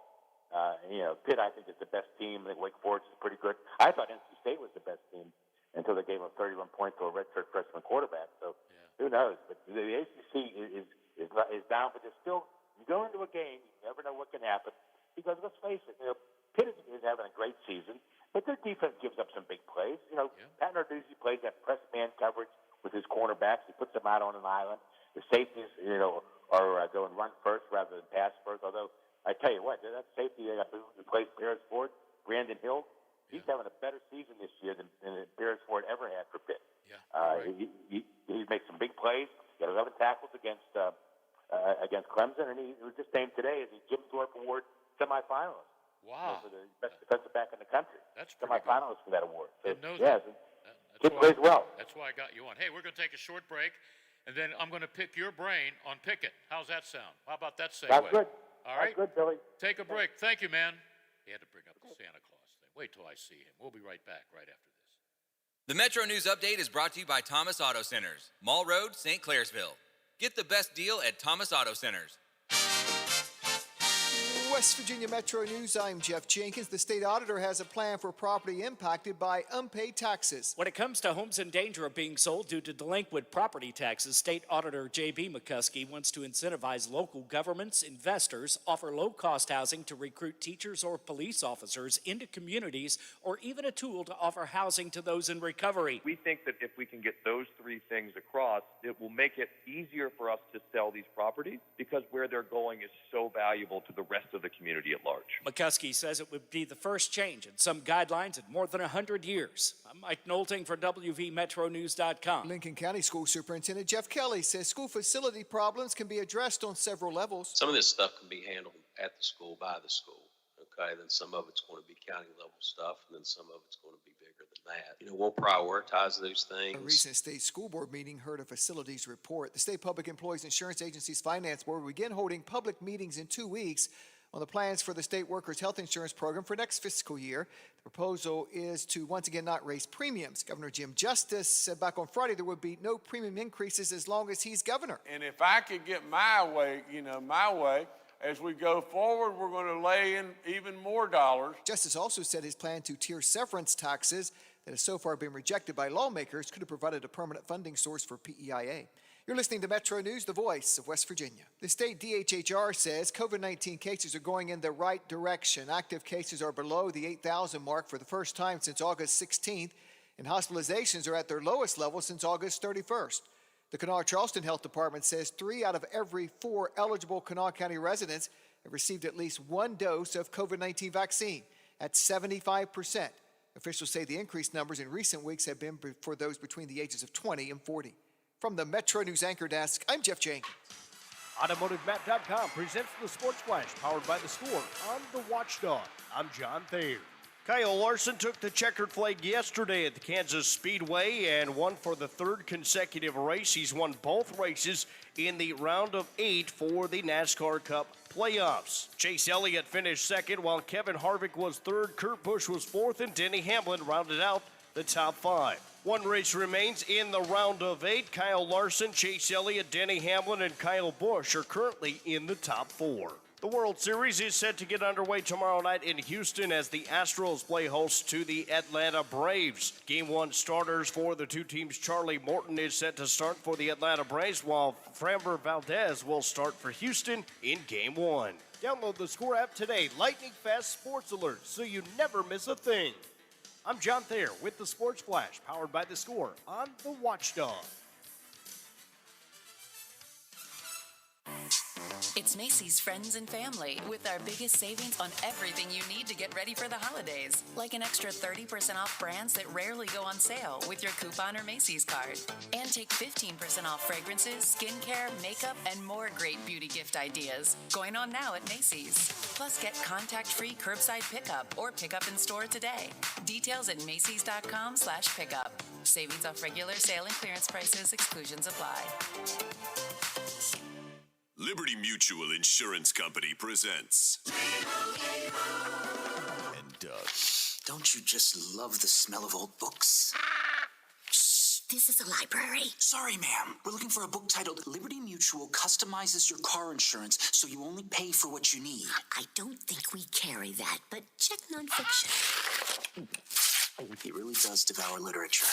Please leave. Only pay for what you need. Liberty, liberty, liberty, liberty. Prepare your yard for winter at Menards. Rugged wear gloves can handle any project. A 2-pair pack of cowhide gloves is $9.99 after sale price and 11% off. They're great for raking and spiffing up your lawn for trick-or-treaters. Speaking of trick-or-treaters, don't forget it's your last chance to buy Halloween candy. It's all 11% off. Good through October 30th. Savings are mail-in rebate. Some exclusions apply. See store for details. Save big money at Menards. Now, during the Jim Robinson Ford Lincoln Toyota Pre-Owned Super Sale, select from over 80 vehicles in stock starting under $5,000. Most are local trades, many with one owner. Hurry to Jim Robinson at the Highlands, home of lifetime powertrain protection. Now, during the Jim Robinson Ford Lincoln Toyota Pre-Owned Super Sale, select from over 80 vehicles in stock starting under $5,000. Most are local trades, many with one owner. Hurry to West Virginia Northern Community College will host its fall open house, both in person and virtually, on Saturday, November 6th, from 9 a.m. to noon. Both formats allow you to learn about programs, admissions, financial aid, and more. If you attend in person in New Martinsville, Wheeling, or Weirton, you can also tour the campus. Everyone participating in Northern's open house could win a $1,000 scholarship. For more information, visit wvncc.edu. Hi, this is Hoppy Kercheval. Join me weekdays at 10:06, right after the Watchdog Morning Show with Howard Monroe for Statewide Talk Line. I'll have guests, conversations, texts, phone calls, and all the big stories affecting West Virginia. So tune in weekdays right here on FM 98.1 and FM 97.7, The Watchdog.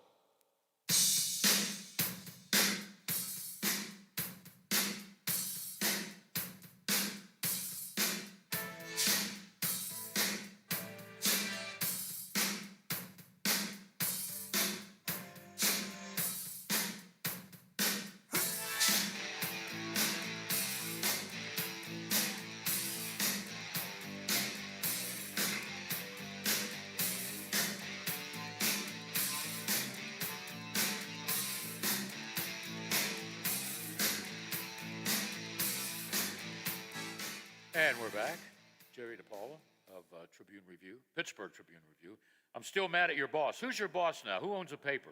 Jerry? Scaife? Well, he passed away 4th of July several years ago, but Family? It's run by a conglomeration of people. Yeah, I used to have it made. I don't like to pay for anything. I'm a reporter. You know what that's like. I remember going down the street on a Monday, free cup of coffee, and a quarter for your paper. Yeah, I know. You know what I mean? Used to be in my driveway every day too, but we publish every day.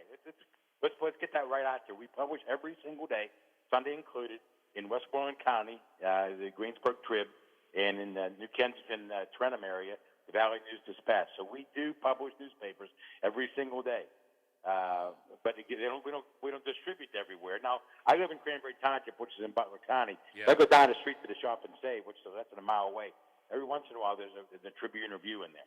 What? And I don't look every day, but All right. I know what you're saying. Let's talk about number 8, okay? Yes. Not Tommy Maddox. Yeah, how about that? Another number 8 in Pittsburgh quarterback. Yeah. Interesting. Yeah, he's having a hell of a year. He's only had one interception. 23 touchdowns, 1 interception, and he's thrown the ball, I think, he attempts 244 times, which is pretty incredible. They're depending on him to do everything. He's clearly their best player. Yeah. The thing about Kenny Pickett is he throws the ball really well. He makes great decisions on the field. He has good receivers helping him out. Great receivers maybe in a guy like Jordan Addison, one of the best in the ACC, if not the country. But the thing about Pickett, and it showed in the fourth quarter that game against Clemson, he can run. Oh, yeah. He's not afraid to tuck the ball in and take a couple of hits. No, you're right. Yeah, because the stats don't show it, because in college football, the sacks get subtracted from your rushing total. But Pitt had late in the fourth quarter Saturday, put out a 3rd and 8, he gained 7 yards. Or it was 3rd and 7, he gained 8 yards. Yeah, to get the first down and keep the ball away from Clemson. And right after that, they had a 3rd and 6, I believe. He gave a 3rd and 5, I believe. He gained 6 yards. Yeah. And he did it by diving to the sticks, not just running through big holes. That first one, he had to run to the sideline, and the linebacker had an angle on him. He beat him to the sticks and got the first time. Pitt gives up the ball there, it changes things considerably. Oh yeah, and I guess there were a lot of football scouts from the NFL there. A lot of bowl people there. Your friend Kevin Colbert was there, and your friend Tom Donahoe was there too. Tom works for the Philadelphia Eagles, right? Yes. Yes. He did a good job with the Eagles. Yeah. And he was there. And 9 NFL teams were there. The Senior Bowl was there. The Peach Bowl was there. The Chick-fil-A Peach Bowl. And I got a coupon for a free chicken sandwich sitting at my seat. Wow. So, I mean, there's talk. Maybe you read my story. Why didn't you get an extra coupon and bring it down to me? Well, I forgot, Bill. I'm sorry. You wouldn't be allowed down where I am anyhow, so that's okay because of COVID. One for Bill. No, that's okay. But, I don't need a chicken sandwich, but that's cool. Yeah, well, the guy in charge, isn't he Pittsburgher? Beachview, yes. Geez, his name is escaping him right now. But I did speak to him the other day, and he's from Beachview, a Notre Dame fan. He used to walk up Cardiac Hill to watch Pitt play Notre Dame. He said back in the 60s. Yep. But he is, and I asked him about Pitt Penn State. I said, can Pitt play Penn State in a bowl game, in your bowl game? And he said, absolutely, it's possible, depending on how things turn out. But and now that Penn State has a second loss, that kicks them out of the college football playoff. And the ACC champion, let's assume it's going to be Pitt. It's a big assumption. But for the sake of this conversation, let's assume Pitt wins the ACC, and they don't get picked as one of in the Final Four. That'll kick them down into the Peach Bowl. So if Penn State can finish strong, maybe you only have 2 or 3 losses at the end of the season, and Pitt wins the ACC, you could see a Pitt-Penn State Peach Bowl. But you also could see a Pitt-Ole Miss. That would be great because Ole Miss has a pretty good quarterback. Yeah, Matt Corral, another Heisman Trophy candidate. He's very good, very good. Yeah, so there's all possibilities.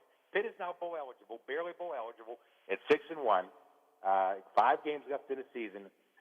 Pitt team hasn't been 11-1 since 1981. Danny Marino. Then Jackie Sherrill. Yep. And Jackie Sherrill was actually in town over the weekend. I saw him over at the facility. He was inducted into Pitt Athletics Hall of Fame along with Curtis Martin. Oh, yeah. And Ken Maka. Ken Maka also. You know Ken Maka, right? Kenny Maka, the baseball player and manager? Yeah. Yeah. Yep. I forgot he was a Pittsburgher. He was inducted into Well, I'm going to look into DeFabio crystal ball. Usually it's fuzzy, like my brains. Penn State, they still got Ohio State, Michigan, and Michigan State. I could see 2 out of 3 losses there. You could see 3 out of 3 losses maybe because they put out on a pathetic performance, and I hate to say it, against Illinois. First of all, Illinois is not very good. No, they suck. Second of all, Penn State was home. Yep. Okay, and Penn State does have some injuries. That's true. But that silly overtime rule that college football has put in this year, you put the ball on the 3-yard line, or maybe the 2.5-yard line, after the first 2, after it's still tied after the first 2 overtimes, and you give each team 1 shot from the 3-yard line to try to score. And neither team could get an edge. No. They went all the way to the 9th overtime. Yeah. And they had a nice play call. I got to give them credit for a nice play call with the. You remember the Philly special and the. Didn't James Franklin try it and it didn't work? Yeah, the quarterback dropped the ball. Yeah. He was in the open and he would have walked into the end zone, would have won the game, dropped the ball. Yeah. But Penn State is in trouble. Just because their schedule is so much tougher than Pitt's schedule, at least in the conference anyway. Well, maybe Notre Dame could lose another game or 2, and it could be Pitt and Notre Dame at prime time. That's another possibility. That would be something that would be welcomed, I think. I think Pitt would like to get another shot at Notre Dame. Yeah. What's the place in Orlando? What's the bowl? The bowl game in Orlando? Citrus Bowl? Yeah, that would be a good one, too. Nice for the kids. Yeah. Then go to Disneyland or Disney World. There you go. All right, Pickett, the word's gotten out on the ESPNs, the CBS Sports, about Kenny. A lot of, I think, Matt Leonard, what's his name, Leonard, whatever. Leonard. Yeah, he praised him on ESPN the other day. So the word's getting around. Todd Blackledge. Todd Blackledge, a good quarterback at Penn State, was a Steeler quarterback. The word's getting out on him, Yeah, I mean, he's one of the favorites. I mean, I think it's going to be tough for him to pass up a guy like C.J. Stroud, Ohio State, and Bryce Young from Alabama, just because they're going to play more difficult teams down the stretch. And if those 2 quarterbacks play well down the stretch, let's say Alabama wins the SEC and Ohio State wins the Big Ten, they're going to have to beat some good teams to do it. And the only way to beat those big teams is good teams is for a quarterback to step up and play well. Yeah. So and then Pickett is going to be, assuming he's going to be playing well. he's going to be doing it against Syracuse and Duke and a bad Miami team. Yeah. You know, and 11-1 is 11-1 though. You know, you don't have to apologize for 11-1. And even if Pickett doesn't win the Heisman, or even get invited to New York for the Downtown Athletic Club ceremony there, he's still having a great season. He made a great decision to come back. Is he a number one pick? I think he's getting there. The way he handles himself, he looks like the kind of guy that won't get rattled. Yeah. I'm not saying he's going to be a star quarterback in the NFL. Some people have compared him to Joe Burrow. That's quite a comparison because Burrow threw, 62 touchdown passes when they won the national championship 2 years ago. But I think he's a very good quarterback, and I think he'll get drafted much higher than he would have if he came out in the 2021 draft. Yeah. What I if? believe that. Go ahead. Go ahead. Your show. Go ahead. No. I was going to ask you before I say goodbye and thank you, and we'll talk again soon. You know, if Ben's going to retire, the Steelers got to draft a quarterback. Would he look good going across the hallway there and becoming a Steeler? Well, you know what? If Pitt the season ends up well, and Kenny Pickett ends up, with the kind of stats he has now through the first half of the season, and he becomes either all ACC quarterback or maybe one of the All-American quarterbacks, Steeler fans are going to be clamoring for the Steelers to draft Kenny Pickett. Because Pickett's going to, if he plays well and he leads Pitt into the ACC championship game and wins it, the Steelers fans are going to want a guy like Kenny Pickett. I believe he's going to be a good quarterback. Now, I don't know what they think of him. I was talking to Kevin Colbert before the game, and of course, he's not going to tell me, what he thinks of Kenny Pickett. That's GM speak. Years ago, when Pitt had his pro day, I walked up to him. This years ago, and Ray Graham, the running back, was one of the guys working out, the Pitt running back. And I asked, Kevin for his 40 time at the pro day. He wouldn't tell me. No. That's how secretive they are. Just a simple 40 time he didn't want to release. He's not going to release his feelings on Kenny Pickett. Yeah, this almost reminds me of 1981 or 82. Danny Marino. I think a lot of people thought he was going to be the next Steeler quarterback. That didn't happen. Yeah, I know. For a number they of passed reasons. him up. They took Gabe Rivera. Yeah. Well, you know So what? we'll see. Gabe Rivera was a good football player until he had the accident. He's right. He was. If he hadn't had the accident, he might have been one of the best defensive linemen ever to play for the Steelers. Yeah. All right, Jerry. Always good talking to you, and let's talk again down the road, okay? Anytime, Bill. I'm glad you called. Well, I'm glad we touched bases. It's my fault for not calling you and saying, how you doing, Jerry, because you're one of the really good guys that I appreciated traveling on the airplanes and various venues and locker rooms. So keep doing a good job, and we'll talk soon. Hope to see you at Heinz Field on Saturday. All right. Thank you, man. Okay. Thanks for bringing up Santa Claus. My pleasure. Your pleasure. Wait till I see you. I'm going to come up and see you in a press box.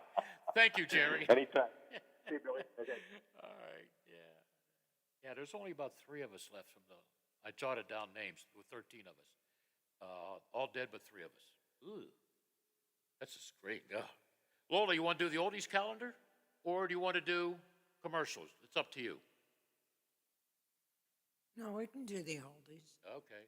Today is George Blanda Day. We gave George a lot of interesting plugs because he played till he was 48. My question is, can Tom Brady do it? Can he be a quarterback? He's not going to be a place kicker. Unbelievable. 2 great stories there. All right, let's see here. The microwave oven. Back in 1955, Bill D was only 4 years old. The microwave oven was introduced on this date in 1955 in Mansfield, Ohio, at the corporate headquarters of the Tappan. Is that Tappan Company? Is that how you say that, Lola? T-A-P-P-A-N? Don't they make fine? Tappan. Yeah, don't Tappan. they? Tappan. Yeah, Tappan. Tappan. Okay. Is that like toe tapping? I suppose, if you got big feet. The manufacturer price back then, $1,200 on the new stove that cooked eggs in 22 seconds, bacon in 90 seconds. I think you can go to Walmart or whatever and get a microwave for like $90 today. But back in 55, it was the real deal.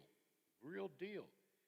And now, right here on our stage, does that sound like Ed Sullivan? I hope not.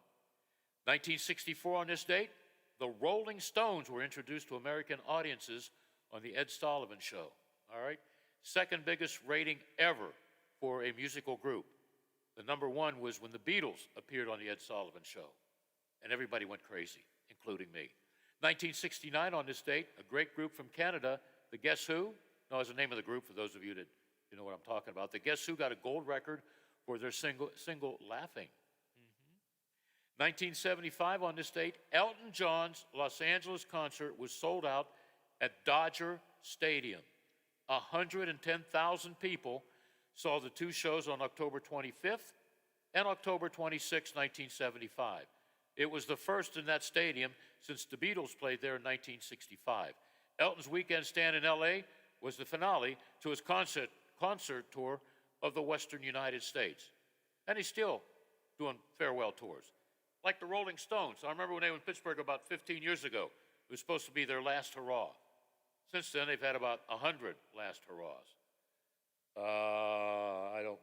John Mellencamp, I like him. 1984 reached the $2 million sales mark with his album, Uh-Huh. That was it, Uh-Huh. Lola, you remember that album, Uh-Huh? Yeah. I don't. I mean, I remember the songs off of it, but don't ask And me. Alabama went to the $3 million mark with 2 albums to this day. Feels So Right, I have that album, and Mountain Music. How about Bon Jovi? Do you like Bon Jovi? Yes, I do. New Jersey-based rock group rose to number one with Slippery When Wet album. Great album. It was number one for, count 'em, 8 weeks. There were a lot of hits on that one. Let It Rock, You Give Me a Bad Name, Living on a Prayer, which they play at all the Steeler games, all the NFL games, Wanted Dead or Alive, Without Your Love, I'd Die for You, and Wild in the Streets.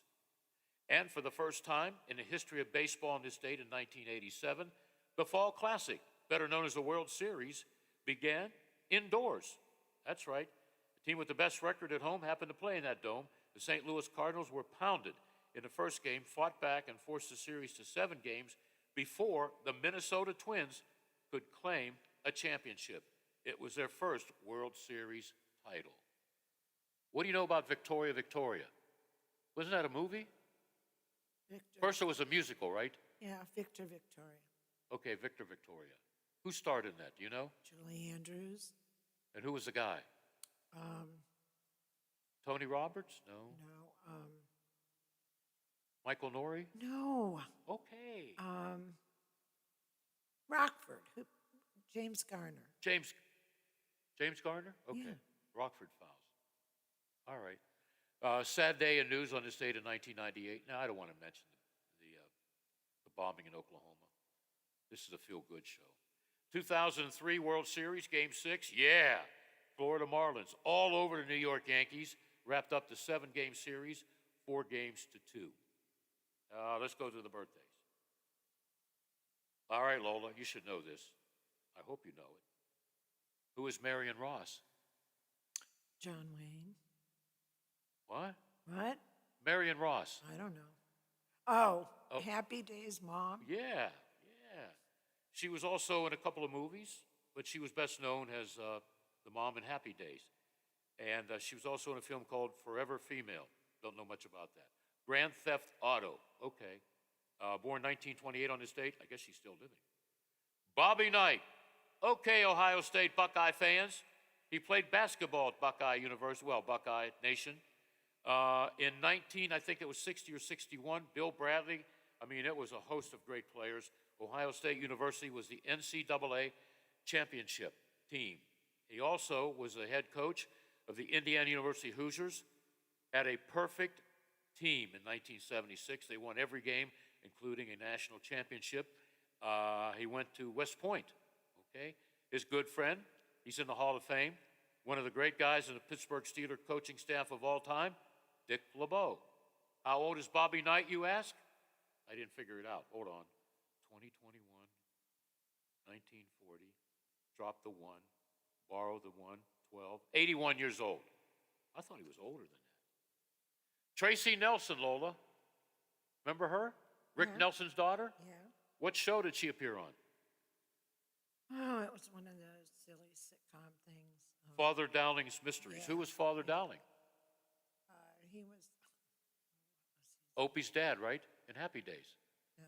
Marion Ross's Not husband. Opie's dad. Oh, I see what you're saying. Yeah. Ronnie Howard, I'm sorry. Yeah. I still watch that show. I love that show. Yeah, daughter of Ricky Nelson. She's born on this date in 1963. Okay. For those wrestling fans, I got to see him wrestle a long, long time ago. 1948, Dan Gable was born.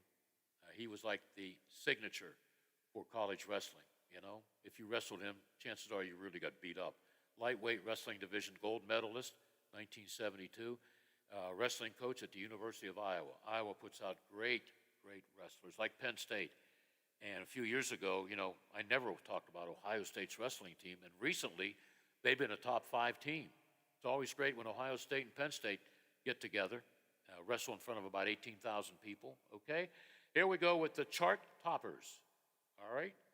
Honeycomb, 1957, by Jimmy Rogers was number 1. Number 2, soon to be number 1, Jailhouse Rock with Mr. Presley. Let's move up to 1965. A Lover's Concerto was number 3 by The Toys. Number 2, The Rolling Stones. Hey, get off of my cloud. And number 1, The Beatles, Yesterday. 1973, Keep On Truckin' was number 3 by Eddie Kendricks. Number 2 was Gladys Knight and the Pips. Sorry about that, Gladys. Midnight Train to Georgia. Number 1, great tune. I think all the Stones have great tunes. Angie. And in 1981, Step by Step by Eddie Rabbitt. That was a country tune. Start Me Up was number 2 by the Rolling Stones. And number 1 on the Bill DeFabio American Bandstand Hit Parade, Arthur's Theme by Christopher Cross. The Best That You Can Do. I love that movie. I could watch that movie over and over again. Speaking of birthdays, Lola, I'm not going to feel too good when I watch the World Series. Brian Snedeker, the manager of the Atlanta Braves. By the way, how about this? Brian is the manager of the Atlanta Braves. He's going up against the Houston Astros. The Houston Astros hitting coach is his son. So somebody in that family is going to win a World Series ring. Anyhow, Brian is 66. Dusty Baker, who I interviewed many times with the Dodgers way back when, I thought he was in his 80s. He just turned 72. Lola, don't tell me Dusty Baker's only 2 years older than me. All right. Thank you. Well, he's 3 years older than me until November 4th. That's hard to believe. That's really hard to believe. And of course, I'm an Army fan. I can't wait for Army-Navy. I used to get mad when Navy wins, but I don't care anymore. But Army's won the last couple games. Army this past Saturday scored 56 points, Lola, and lost to Wake Forest. 70-56. Oh, my God. Pitt played Syracuse a few years ago, and I think Pitt won 77-62 or something. They just kept playing and playing and playing and scoring and scoring and scoring. Yeah. I was working the tunnel with the Syracuse guys. Those guys almost had to be dragged off the field. Imagine playing all those minutes in football, all those minutes. Imagine Penn State and Illinois playing those 9 OT games, overtimes. They got to change that rule. They got to really change that rule. And here's an update on Tom Brady. The equipment manager made sure that when he got the football that was thrown in the stands, a $1,000 gift certificate to the merchandise store, not one, but a couple autographed game balls and a bunch of trophies, a bunch of jerseys signed by Tom Brady. I know a lot of people tired of Tom Brady, but being that I'm an old gasser, I like to see that soon-to-be old gasser do well every play, every game. I just think he's a cool guy, you know? And to think he didn't go into, the 6th round? Oh, my. Yeah, 6th round. So you never know, you know? All right. Coming up, we're going to talk hockey. Not a good start for the hockey team. It was a pretty good start, though, when they were leading 3-1, and then they went and lost, okay? DJ Abasella is here with a special guest, a player who's a communications major, so, you know, he can talk. I can talk. And we all know DJ Abasella likes to talk. Oh, by the way, here's the football standings. Class 5A, Dover in first place, 9-0-0. Class 4A, St. Clairsville, 9-1-0. That's 4A. Let's move over to Class 3A. Bel Air in first place at 9-1. Close second, Barnesville at 8-1. Class 2A, Shadyside Tigers, 8-1. Wheeling Central at 6-3. They're in the playoffs, by the way. Class 1A, Cameron, 8-0. And in second place, Trinity Christian, at 6 and 1. We'll be right back and talk hockey with Mr. Hockey Puck, DJ Avicella, and one of the Nailers.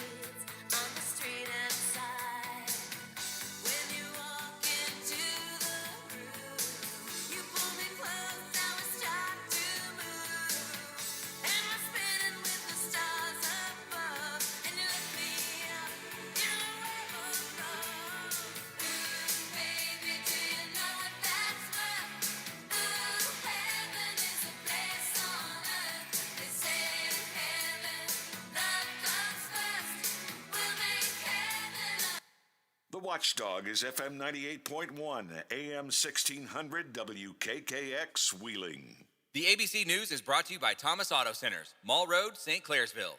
Get the best deal at Thomas Auto Centers.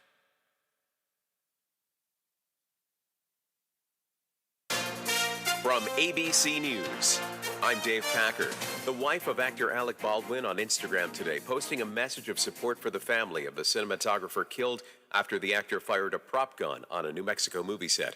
Meanwhile, we're learning more details. When the deadly shooting happened, Alec Baldwin was rehearsing a scene set in a church, practicing drawing a gun, reaching across his body to pull the weapon out. That according to a search warrant affidavit containing interviews with director Joel Souza, who was shot, and cameraman Reed Russell. Russell told authorities the camera was not rolling when the gun went off, killing cinematographer Helena Hutchins. Russell also described Baldwin as being very careful with weapons on set, and the actor was told the gun did not contain any rounds, live or blank, when it was handed to him. Jason Nathanson, ABC News, Hollywood. Wildfire worries in California have now turned into mudslide and flooding concerns. The back end of a powerful series of storms is hitting parts of the state. ABC's Alex Stone is in northern Los Angeles County. Heavy wind now blowing here in Southern California, the rain falling. The storm that hit the Pacific Northwest has moved on. This is a tail end of it now hitting Southern California, but in the north it left behind flooded streets, downed power lines, beat all-time rainfall records. In the mountains at times, snow 4 inches an hour. It's been a really strong storm like this region has not seen in a very long time. The White House says weekend discussions between the president and West Virginia Senator Joe Manchin on the president's large infrastructure package and how to pay for it went well. White House spokeswoman Corinne Jean-Pierre. We can crack down on wealthy tax cheats who are taking advantage of every honest taxpayer and invest in enforcement to stop the 1% from evading the $160 billion in taxes per year. President Biden in New Jersey today pushing the plan while campaigning for incumbent Democrat Phil Murphy in a tight race for governor. Coup in Sudan, the military seizing power, the prime minister arrested, the U.S. State Department telling Americans there to shelter in place. You're listening to ABC News. Finding the right Medicare plan may feel impossible, but now it's anything but. With Walgreens Find RX coverage tool, you can compare plans online, over the phone, or in person, making Medicare easier than ever. Easier than picking which true crime doc to watch, figuring out that Wi-Fi password, or putting the duvet cover back on. So if you can do those things, with Find RX coverage, you can definitely Medicare. Find the plan that's right for you by visiting walgreens.com/Medicare. I'm Carla Hall. Why give your family just ordinary eggs when they can enjoy the best, Eggland's Best? The only eggs with more fresh and delicious taste, plus superior nutrition compared to ordinary eggs with 6 times more vitamin D, 10 times more vitamin E, 25% less saturated fat, and 38% more lutein. Because the way we care is anything but ordinary. Only Eggland's Best. Better taste, better nutrition, better eggs. A horrific discovery in a Houston home after sheriff's deputies find young children abandoned by their parents. The mother and her boyfriend are thought to have left the apartment months ago, leaving 4 kids ages 7 to 15 by themselves. Sheriff Ed Gonzalez says it isn't clear where the children were getting food, but it appears that they were basically fending for each other, which is very sad. A very disturbing sense of circumstances, so we definitely want some answers for these children. At some point, possibly a year ago, one of the children, a 9-year-old boy, died. His siblings had been living with the corpse until the oldest called for help on Sunday. Jim Ryan, ABC News, Dallas. Experts urging shoppers to get an early start on holiday shopping to avoid potential delays. The shipping industry is stepping into high gear to ensure your gifts make it under the tree in time. FedEx and UPS hiring thousands of seasonal staff and implementing higher surcharges on packages and volume limits. The cutoff for FedEx ground shipping is December 15th. Experts say plan ahead. ABC's Victor Oquendo. Toyota is testing hydrogen combustion engines in race cars as it works towards using the technology in commercial products. Vehicles powered by such engines burn hydrogen as fuel instead of gasoline.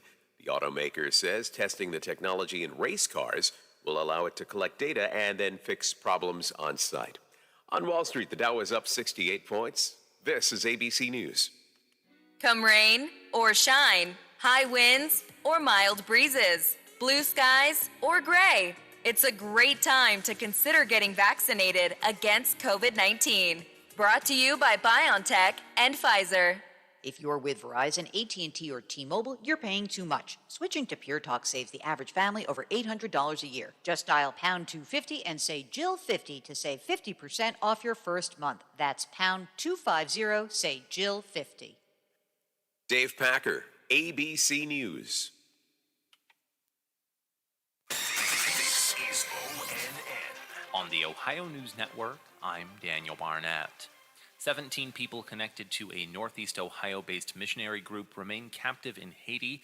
Angela Ann from affiliate station WBNS-TV in Columbus has the latest. More than 100 people gathered in a small Michigan town to pray for the safe release of a local family among the 17 members of Millersburg-based Christian Aid Ministries.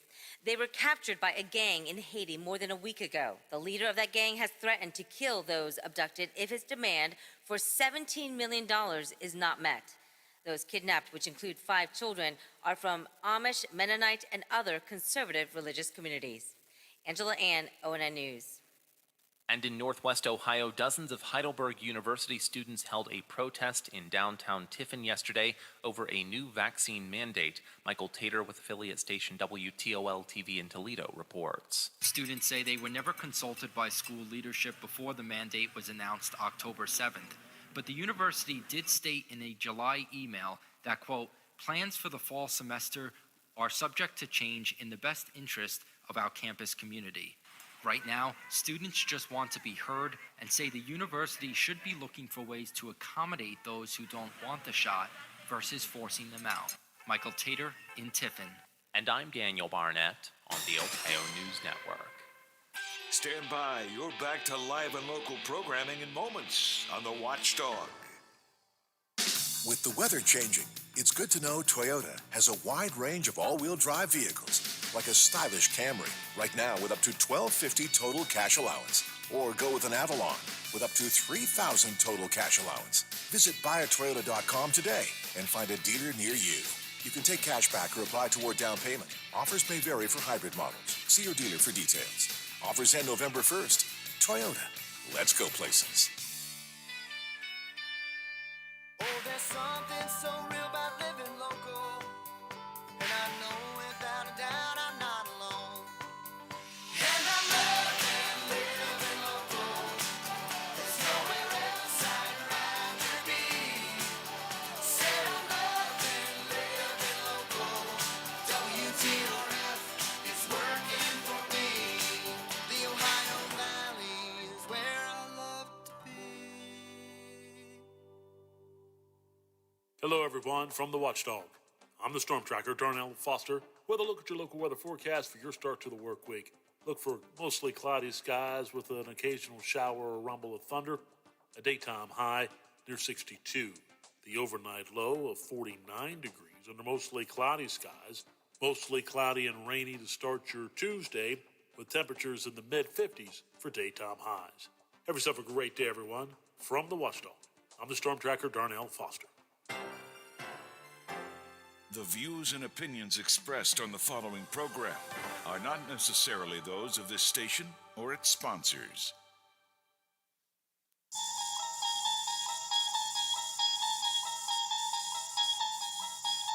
You unlock this door with the key of imagination. Beyond it is another dimension. A dimension of sound. A dimension of sight. both shadow and substance, of things and ideas. You've just crossed over into the Twilight Zone. Now it's time for Bill DeFabio on AM 1600 WKKX, The Watchdog.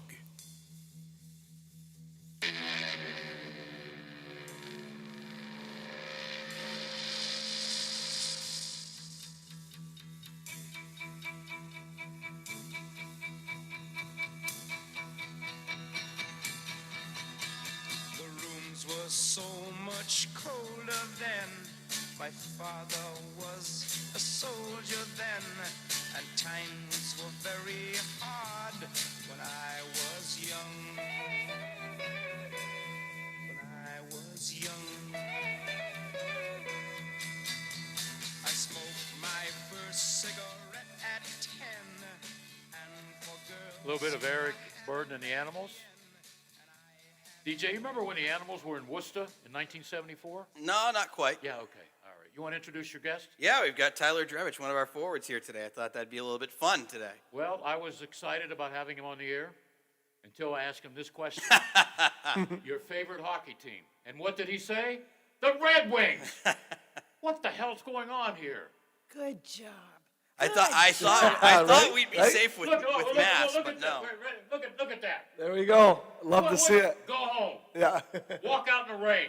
Don't you ever bring him back. I completely forgot about that from last year. I thought in my head, I'm like, oh, we'll be safe. Massachusetts guy, this will go over well. And then he asked him the Red Wings question. I'm like, oh, well, left turn. Who was it last year come in and was a Red Wings fan? Oh, boy. Hawkins. Yeah. Is he with the team? No, he's in Toledo. Okay. Is that ECHL? Yes. Yeah, okay. We'll see them in a few weeks. Okay. Will you see him? Yes. Yeah. Tell him the Red Wings stink, will you? I'll let him know. I'll let him know. Yeah. Did you grow up as a Red Wings fan? You're from Massachusetts, man. My dad played professional hockey for 19 years in the minors, so I've lived all over. When he played in Port Huron in the United League back in the day, I was about 8 years old, and it was the first time I kind of realized what the NHL was. And from there, it was like Red Wing Nation over there. So I was just thrown right into it. And back then, they were pretty good, so it was hard not to root for them. Yeah, I like their logo, by the way. They better never change that. I hate to ask you this. Who was your favorite hockey player of all time? Well, it's my dad. It's a little biased because I grew up watching him play. But Well, leave your dad out of it. leave him out of it. Yeah, I always he's your say hero. He's a good guy. Other than Drevich, who was your favorite hockey player? Sergei Fedorov was a guy growing up. I loved to watch him and Yzerman. I really loved. Oh, Yzerman's a great guy. Yeah, those were some great teams. Those were some great teams. They were dynamic. Yeah. Well, they weren't dynamic when the Penguins beat them in Detroit in the Stanley Cup, were they? Nope. Great final though. Yeah. Love that Fleury save. Yeah. Yeah. Or else Detroit, they would have tied it. That was Game 7. That would have tied the game. Yeah. Probably forced. You know what's overtime. strange? The Pirates. They were last time they were in a World Championship '79. You wouldn't remember that either, huh, DJ? Nope. But it's 5 Penguin Stanley Cup championships, all won on the road. Interesting. Yeah. You know when they played Detroit back to back? Yeah. You know, Detroit won in Pittsburgh. Pittsburgh won in Detroit. Yeah, I remember that. I remember Marian Hossa just jumping team for team. Yeah. Finally went on with the Hawks. Yeah, I didn't like that move, but it was good for him. It Yeah. was good for him. So, what about this? Will be the last time we talk about the Red Wings this summer. This is for Lola's sake. What about? I guess they're off to a decent start, right? Yeah, they're off to a decent start. I think they have some young prospects that are coming in. From what I've watched, I've only watched one of their games. They seem a lot meaner this year, a lot harder to play against. So I think Yzerman's coming in there trying to change up the style they want to play and their identity. So I do have a favorite Red Wing. Is it Bertuzzi? Tyler Bertuzzi, yeah, Oh, he's I like a him. hell of a player. I like him. I like him. I'm surprised you didn't. You never even thought about Boston Bruins? You know, being. No, I mean I root for them when I can, but if they're playing the Red Wings, I'm rooting for the Red Wings, and obviously being part of Pittsburgh's organization, I root for Pittsburgh. But my whole family's huge Crosby fans and Penguins fans, ironically. So, I think for a long time the Bruins were just kind of boring to watch, and in that standpoint, it didn't appeal to me. They're a lot more exciting to watch now, and I think the past 10 years now they've been a solid hockey team and really exciting. So I root for them. I'm a huge Boston fan, but I mean, got to stick with my guns. Red Wings have been my Your team. favorite NFL team. Patriots, but I'm more of a Tom Brady fan than a am I. Patriots fan. And where's he from? Michigan. She likes Michigan. She's from there. Yeah. She's like the Red Wings, a little bit tough, you know? Yeah, yeah. Don't mess with me attitude. Oh, yeah. Yeah, that's Michigan people, right? That's the 90s to early 2000s Detroit team right there. Yeah, right, you're right. Tom Brady may play how long did Gordie Howe last? 55? Well, I know he retired and then came back and played with his sons. Yeah. So I think he was older when he came back. I don't know how old he was. I saw his sons played because I was a PA announcer for the WHA. Okay. New England, what was their name? Whalers. Yep. Howard Baldwin was the GM. Okay. Pre-Hartford Whaler days. Yeah. Pre-Hartford. I think he still owes me money. But in 1993, he gave me the cup for 24 hours, and I raised a lot of money. So There you go. I'll never forget. I just walked in. I said, Howie, can I have the trophy? He said, take the darn things. He didn't say darn, but They played out of what? Northeastern's rink? yes. Yeah. There you go. Yeah, played out of there. Yeah. Big rivals with them as well. And I did 2 beanpot tournaments. Oh, you did? Yeah. Yeah, that's one thing I never got the chance to play in, which would have been cool being a guy from Boston. I dreamed of playing college hockey since I was a kid, and obviously Merrimack was the school for me, so I didn't get to play in the You played beanpot. hockey there, right? I did. Yeah, I did. Did you get yes. a full ride? No, did not. No. Was that Division II? Division One. We played. We were in hockey, so we played like Northeastern, BU, BC, Maine, Yukon, UMass Lowell, and then our out of conference was always hard. We played teams like Michigan, Minnesota, Duluth. Yeah. Minnesota Duluth's always good, it seems, you know? Yeah. Yeah, they got a good program. How's BU doing this year? We talked Merrimack about beat it. them this weekend. Did they? I was gonna say I haven't They looked at played. the Get the hell standings out of yet. here. Go out that way. Wow. Bad enough you're a Red Wings fan. Now Merrimack beat my BU Terriers. What BU won as well though. They split. Merrimack won at home. BU won at home. It was a split. But Still, wow. yeah, big win for the Warriors. Shout out. Just to them. don't lose to Vermont. Why? They're just awful. Yeah, they're pretty. I don't know how they are this year, but they've historically not been Well, you know, the great. Pitt football team clobbered UMass. Did they? So the PR, was it your buddy? Or Yeah. you in New Hampshire? Both. Yeah. I get to escort the visiting team to their buses and whatever, and I said, you know what? Too bad this wasn't hockey. He said, we would have kicked some butt. Yeah. You could replace butt with you-know-what, so. Oh yeah. Because UMass has been pretty good, right? They won a championship last year. Yeah. Yeah, their hockey team's been pretty good, and they get some pretty good crowds. They sell out that rink, which I don't know how much it holds. I want to say 10. What, maybe more. UMass, Elmhurst? Amherst, yeah. Amherst, yeah. What else you could do in Amherst on a hockey There's team? nothing out there. Yeah, it's a small town, right? Very small town. Yeah, Yeah. just the college is there. That's about it. Yeah, I think And they you gotta have- drive through like the woods to get there. Like there's no. So it's what'd you not major enjoyable. in again? Sports marketing? Communications was my major, and then I had a minor in sports management. So And you got in a fight the other night, huh? somewhat. I wouldn't really call it a fight, but sticking up for the goalie. Pushing and shoving? A little pushing and shoving. By the time the gloves were dropped, the refs came in. Would so- you have kicked his butt? Oh yeah. Okay. Oh, yeah. Well, you're pretty tall too, right? How tall are you? 5'11". I'll lie and say 6 foot though. Is he going to be here very long, DJ? We may as well really get into it now because you bring in good guys and they move up. Go for it. Wilkes-Barre? We'll see. Okay. All right. Well, tell me about that first loss. No, let's take a break because I don't want to throw up when you explain your first loss, which is a doozy, where somebody had to drive a goalie from here to what? Fort Wayne? Yeah. It's a great story, right? Yeah, great story. Just for Joe in general, what he had to go through the past week or 2 here has been a Who's great Joe? story. Who's Joe? He's the goalie that we brought in. Oh, what was he doing before? Was he the he third was- goalie for the Nailers? He was, and then he was put on waivers, and then brought right back into the mix. Unbelievable. Unbelievable. We'll tell the whole story after we take a break. All right, DJ, Bill, and Mr. Red Wing. Then we got Miss Red Wing. Oh, it's a Red Wing afternoon in the Valley.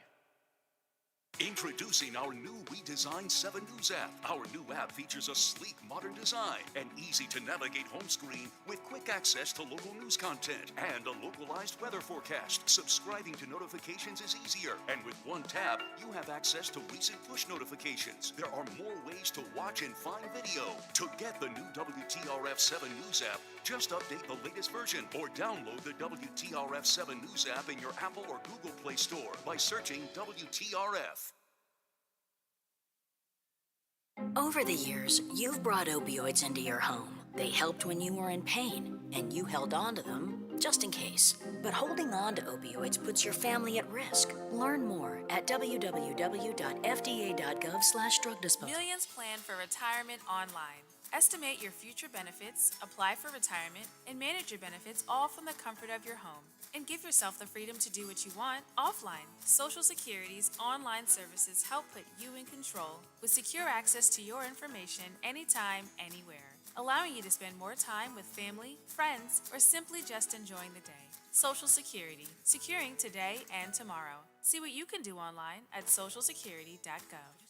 For all of your IT needs, visit OmniPerforms.com. Omni Strategic Technologies, the only IT company that the Watchdog trusts.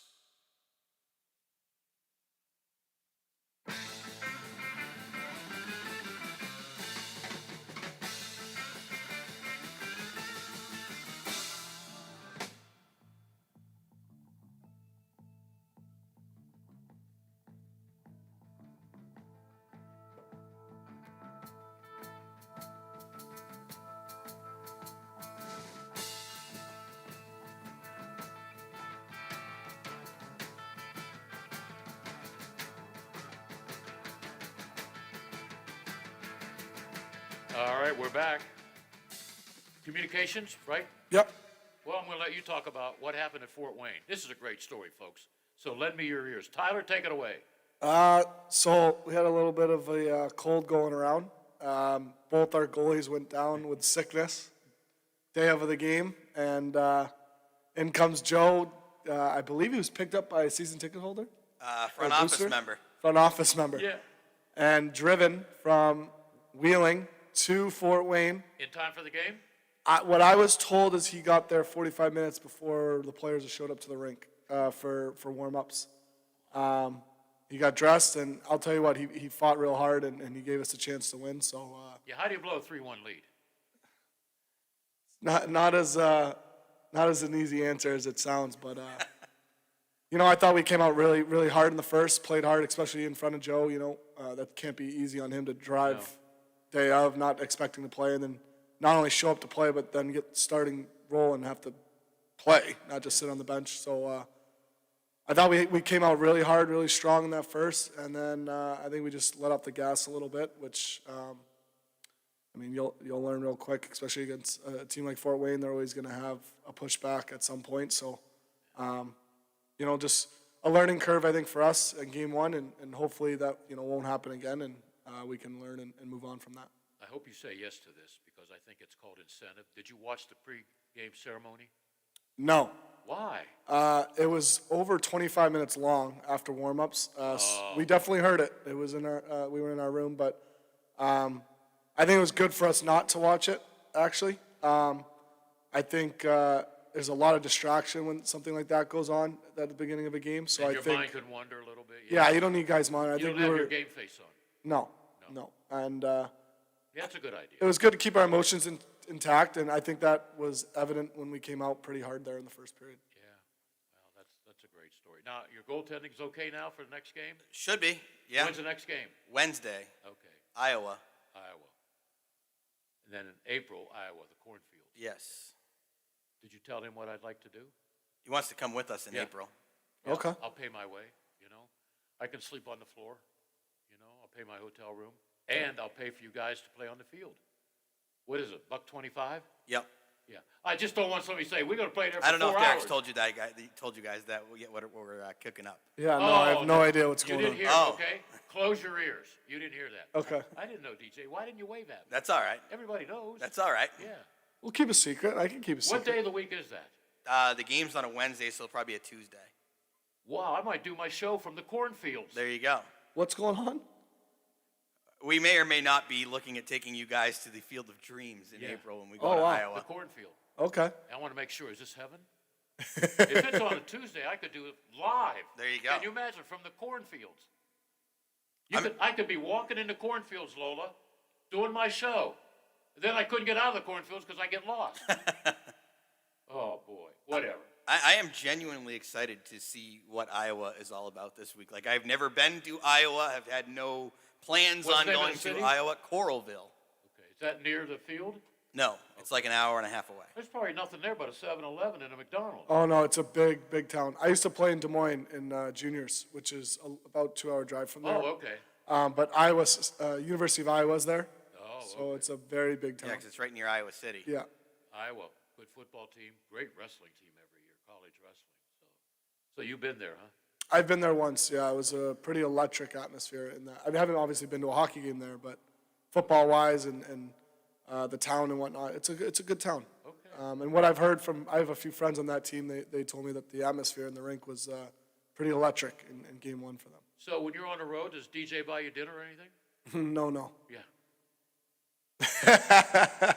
No. We usually get a group of players and we'll go grab a dinner. Yeah, you don't want to good go out dinner. with the broadcaster.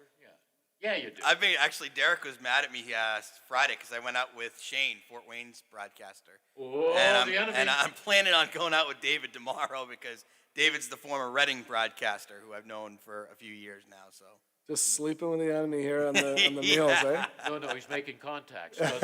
Smart. Yeah. If one of his buddies leave and moves up the rank, maybe he'll make more money replacing him, you know? Yeah. Right now, it's got to be about money, right? What? Moving up and out? I don't necessarily Well, you have know. your roots here. Depends on the situation, right? Yeah, because you're what, a volleyball contributor? Yeah. Yeah. What are you, scorekeeper? Announcer. Announcer, okay. An occasional line judge. Okay. Do you get crazy announcing volleyball like you go out of your mind for hockey? No, You know, not when as I much. work at the restaurant, Tyler, I can hear his big mouth. Lola lives across the river. She can sit on her porch and hear him. Right, Lola? Yeah. He's one of the best in the biz, though. Well, we won't go that far. I don't know. I think he's a pretty is. big legend around here. Yeah. Well, he's a legend in his own mind, but and in my mind, too. He's a good guy. Just get the hell out. Move on. Move up. You got all these friends working in the NHL. It's your turn. I know. You know? Everett just had his first game the other day. The Seattle guy. He's finally healthy. Yeah. Yeah, Seattle guy, Everett. Yeah. Used to work in Cincinnati. I saw that. Had COVID, so he had to miss the first trip. Yeah. So That's unfortunate. But he was there for the home opener, I saw. Saturday, yeah. I got to get him on the air. They're having a crummy start. What? They're having a crummy start. Well, they're an expansion team. You think they're like Vegas? No, but everybody's going to compare them to Vegas. Yeah. Vegas not doing so well this year, huh? They're also having a crummy start. Yeah. All right. How about the Blackhawks? Awful. 0-5, I think. 0-5-1. Was she Well, as clapping? a Red Wings fan, don't you hate the Blackhawks? So this is going to get some bad looks, but my second favorite team is the Blackhawks. Whoa! Get the hell out of here. Lola, escort him out of here. Well, you weren't able to watch the game last night, were you? No, I haven't been able to watch much of the games, but I was a huge Patrick Kane fan growing up from him. He started, so just because of that, I became a little bit of a I'm Blackhawks. not sure whether he played last night. I have that no idea. think about it, they had 3 guys out in COVID protocol. Oh, did they? Yeah. It's hard to follow and like watch games and stuff when once we get going because we're just a lot of times we're playing the same nights or what it is, so it's hard to. A lot of times it's just checking scores or watching highlights in the morning. I find myself watching the West more than I watch the East. It's wild in that regard. Do you think it's because the games are still on after our games? Probably. Probably, right? So on the team bus, do you watch hockey or do you watch movies or anything? What do you do? Depends. If it's kind of like we're traveling on an off day, we'll probably throw a movie on or something like that. Do you get to pick the movies? I'm holding down the back of the bus with all the rookies, so yeah, I get a little say on what goes on the TV, which is kind of nice. Oh, that's pretty cool stuff, man. Yeah. What's your bunk location this year? I'm all the way in the back. They call it the dungeon coop because it's a dark bunk, which is really but nice. you got the bathroom, right? You've got the far back Don't one? have my own bathroom. Yeah, I got the far back one. What do you mean you don't have your own bathroom? Isn't there just one there? Just one bathroom on the bus. Yeah, okay. It's out at the front. Yeah. They have bathroom in the front? Yeah. What kind of bus is this? A school bus? Sleeper bus. It's a really, really nice. I gotta give them credit. It's a really nice bus. We got this the year. newest one this year. Yeah. Okay, all right. It's got all the gadgets. So What do you mean all the gadgets? it's got Apple TV, Xbox, speakers. It's got the surround sound in the back. We don't need much though. We play a lot of cards on the bus, especially in the back. So little music in the background and playing some cards. And You play for money? I don't know if I'm allowed to say. No, don't say it. Don't say it. Sorry about that. Derek and I actually played Xbox the other day, and actually Drevich was my top player. No surprise. It's the only guy I could score with the Nailers, and then we played a mascot versus mascot game, which was an absolute riot. I get a little upset that every time DJ says that, he says it with like surprise that I was the best player out there. I mean, You're good have at some Xbox? faith in me. Yep. I'm all right. I don't play that much as I used to. I used to play Call of Duty a lot just to pass the time, My but kids play that all the time. yeah, you get stuck into It's a too dark much, hole too for much that. violence, man. Yeah. You know what I mean? Heads blown off and stuff. My Yeah. kind of, whatever. I'm into the movies lately. We got like a group of 5 of us. We've been going to the movie theater, watch a different movie Have every you seen week. James Bond? Yeah, we did. We all went and saw that. I cried at the end. I'll be completely honest. You cried Oh at yeah, a James a Bond little movie. teary-eyed. It was an emotional movie. It wasn't like a typical James Bond movie. Don't tell the end. Yeah, don't. I won't. Yeah. No, I won't. Don't. I'll make sure the owners kick your butt off the table. Great movie though. It is a good movie. Yeah, I think I'm going tomorrow. I'm not sure. It's good. Yeah. It's Where'd long. You see it up at the Marquee? The AMC in Ohio. St. Clairsville. Yeah.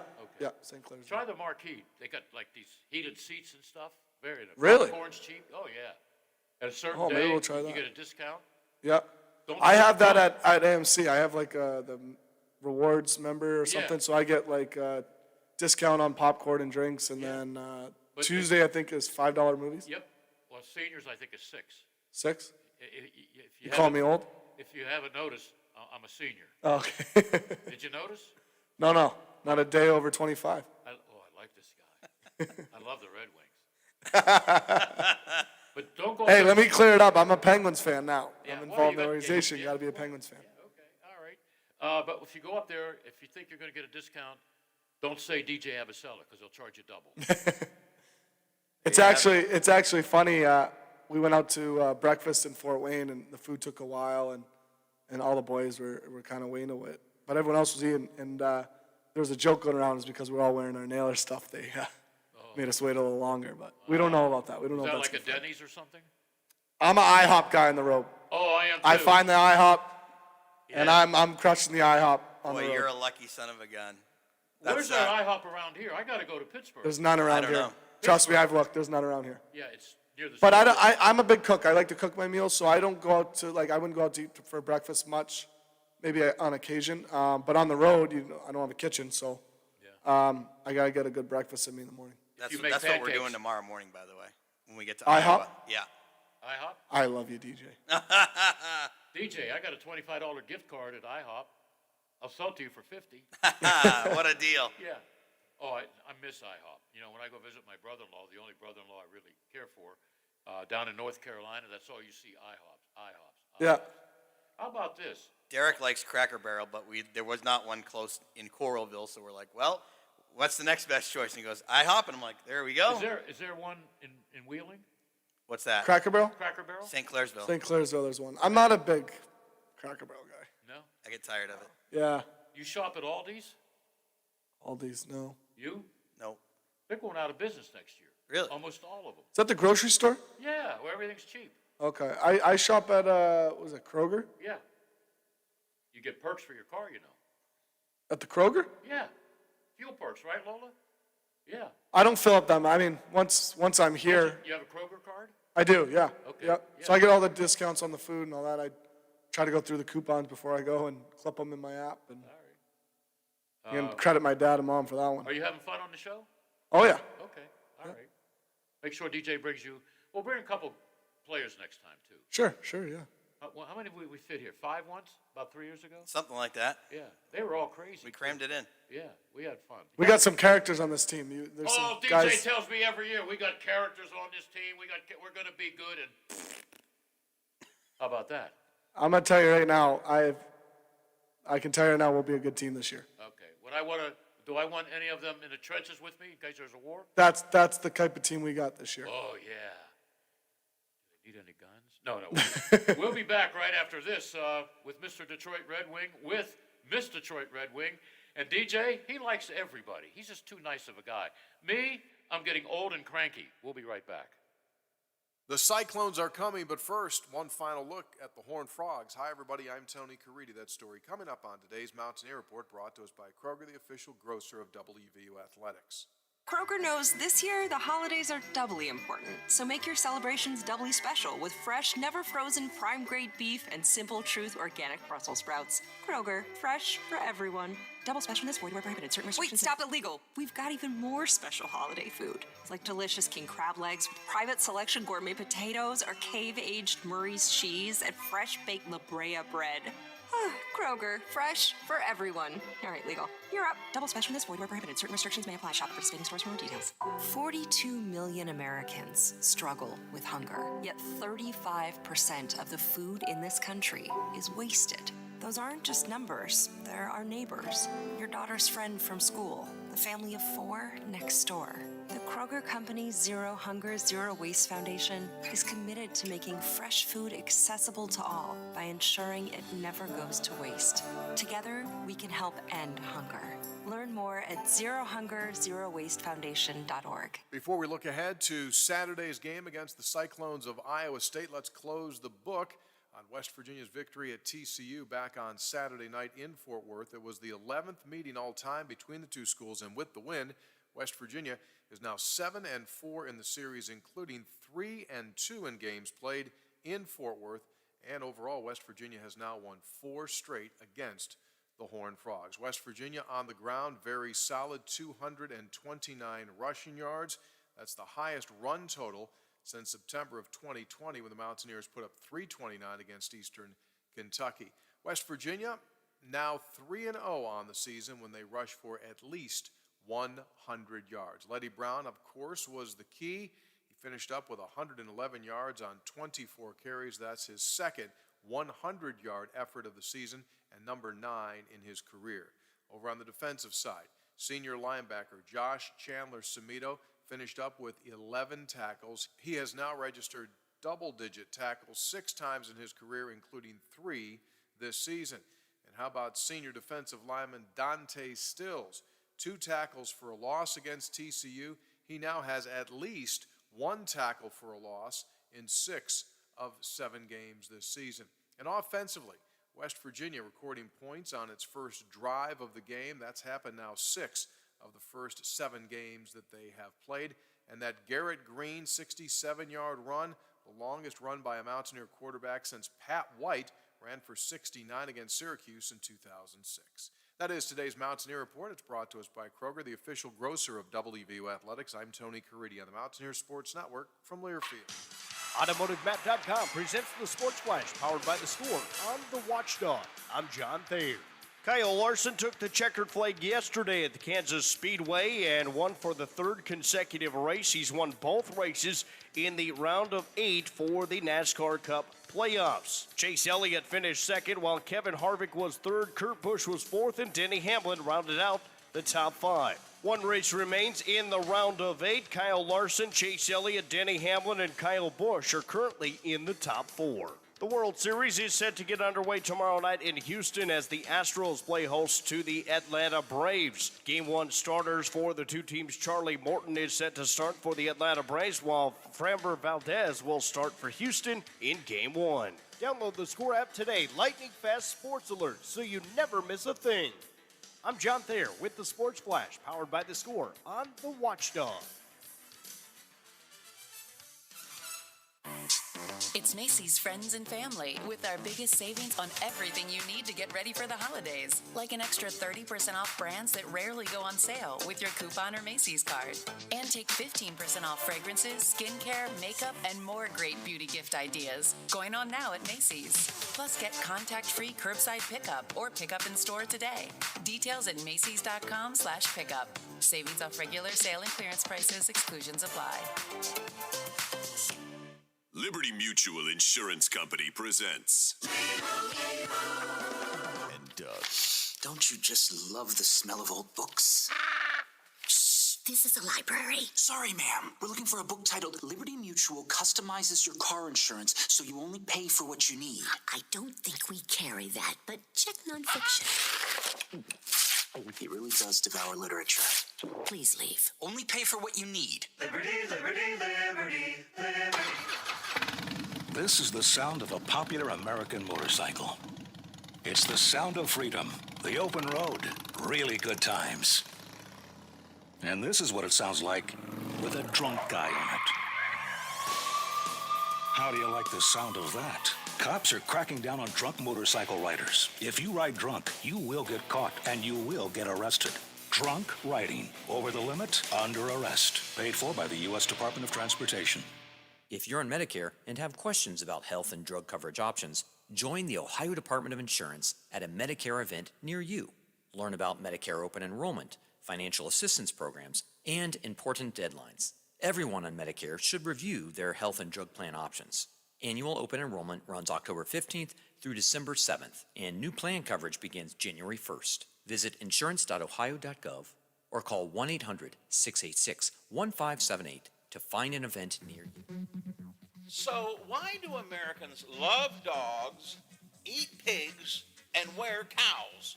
What's the difference in all of those animals? Melanie Joy has written a book on just that subject. She will join us tomorrow on the Watchdog Morning Show. Hi, I'm Howard Monroe. Hope you'll be with us. We're also going to talk about education reform and how do you measure education reform. Our national correspondent Tom Squitieri and I will talk about all the big national stories, including the latest on the Insurrection Commission, and plenty of room for your calls and your texts. The Watchdog Morning Show begins at 7 right here.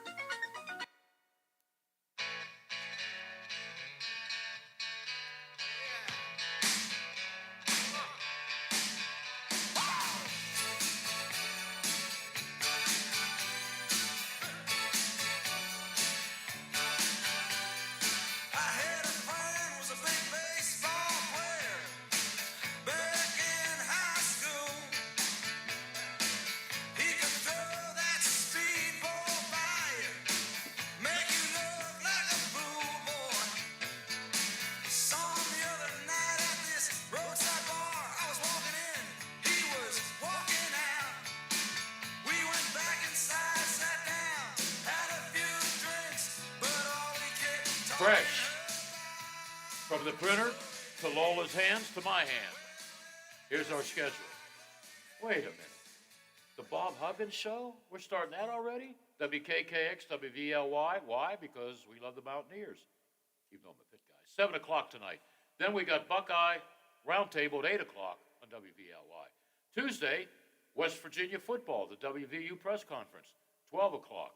WKKX, WVLY. Usually I'm on at 12 o'clock, so I don't have to get here till 1.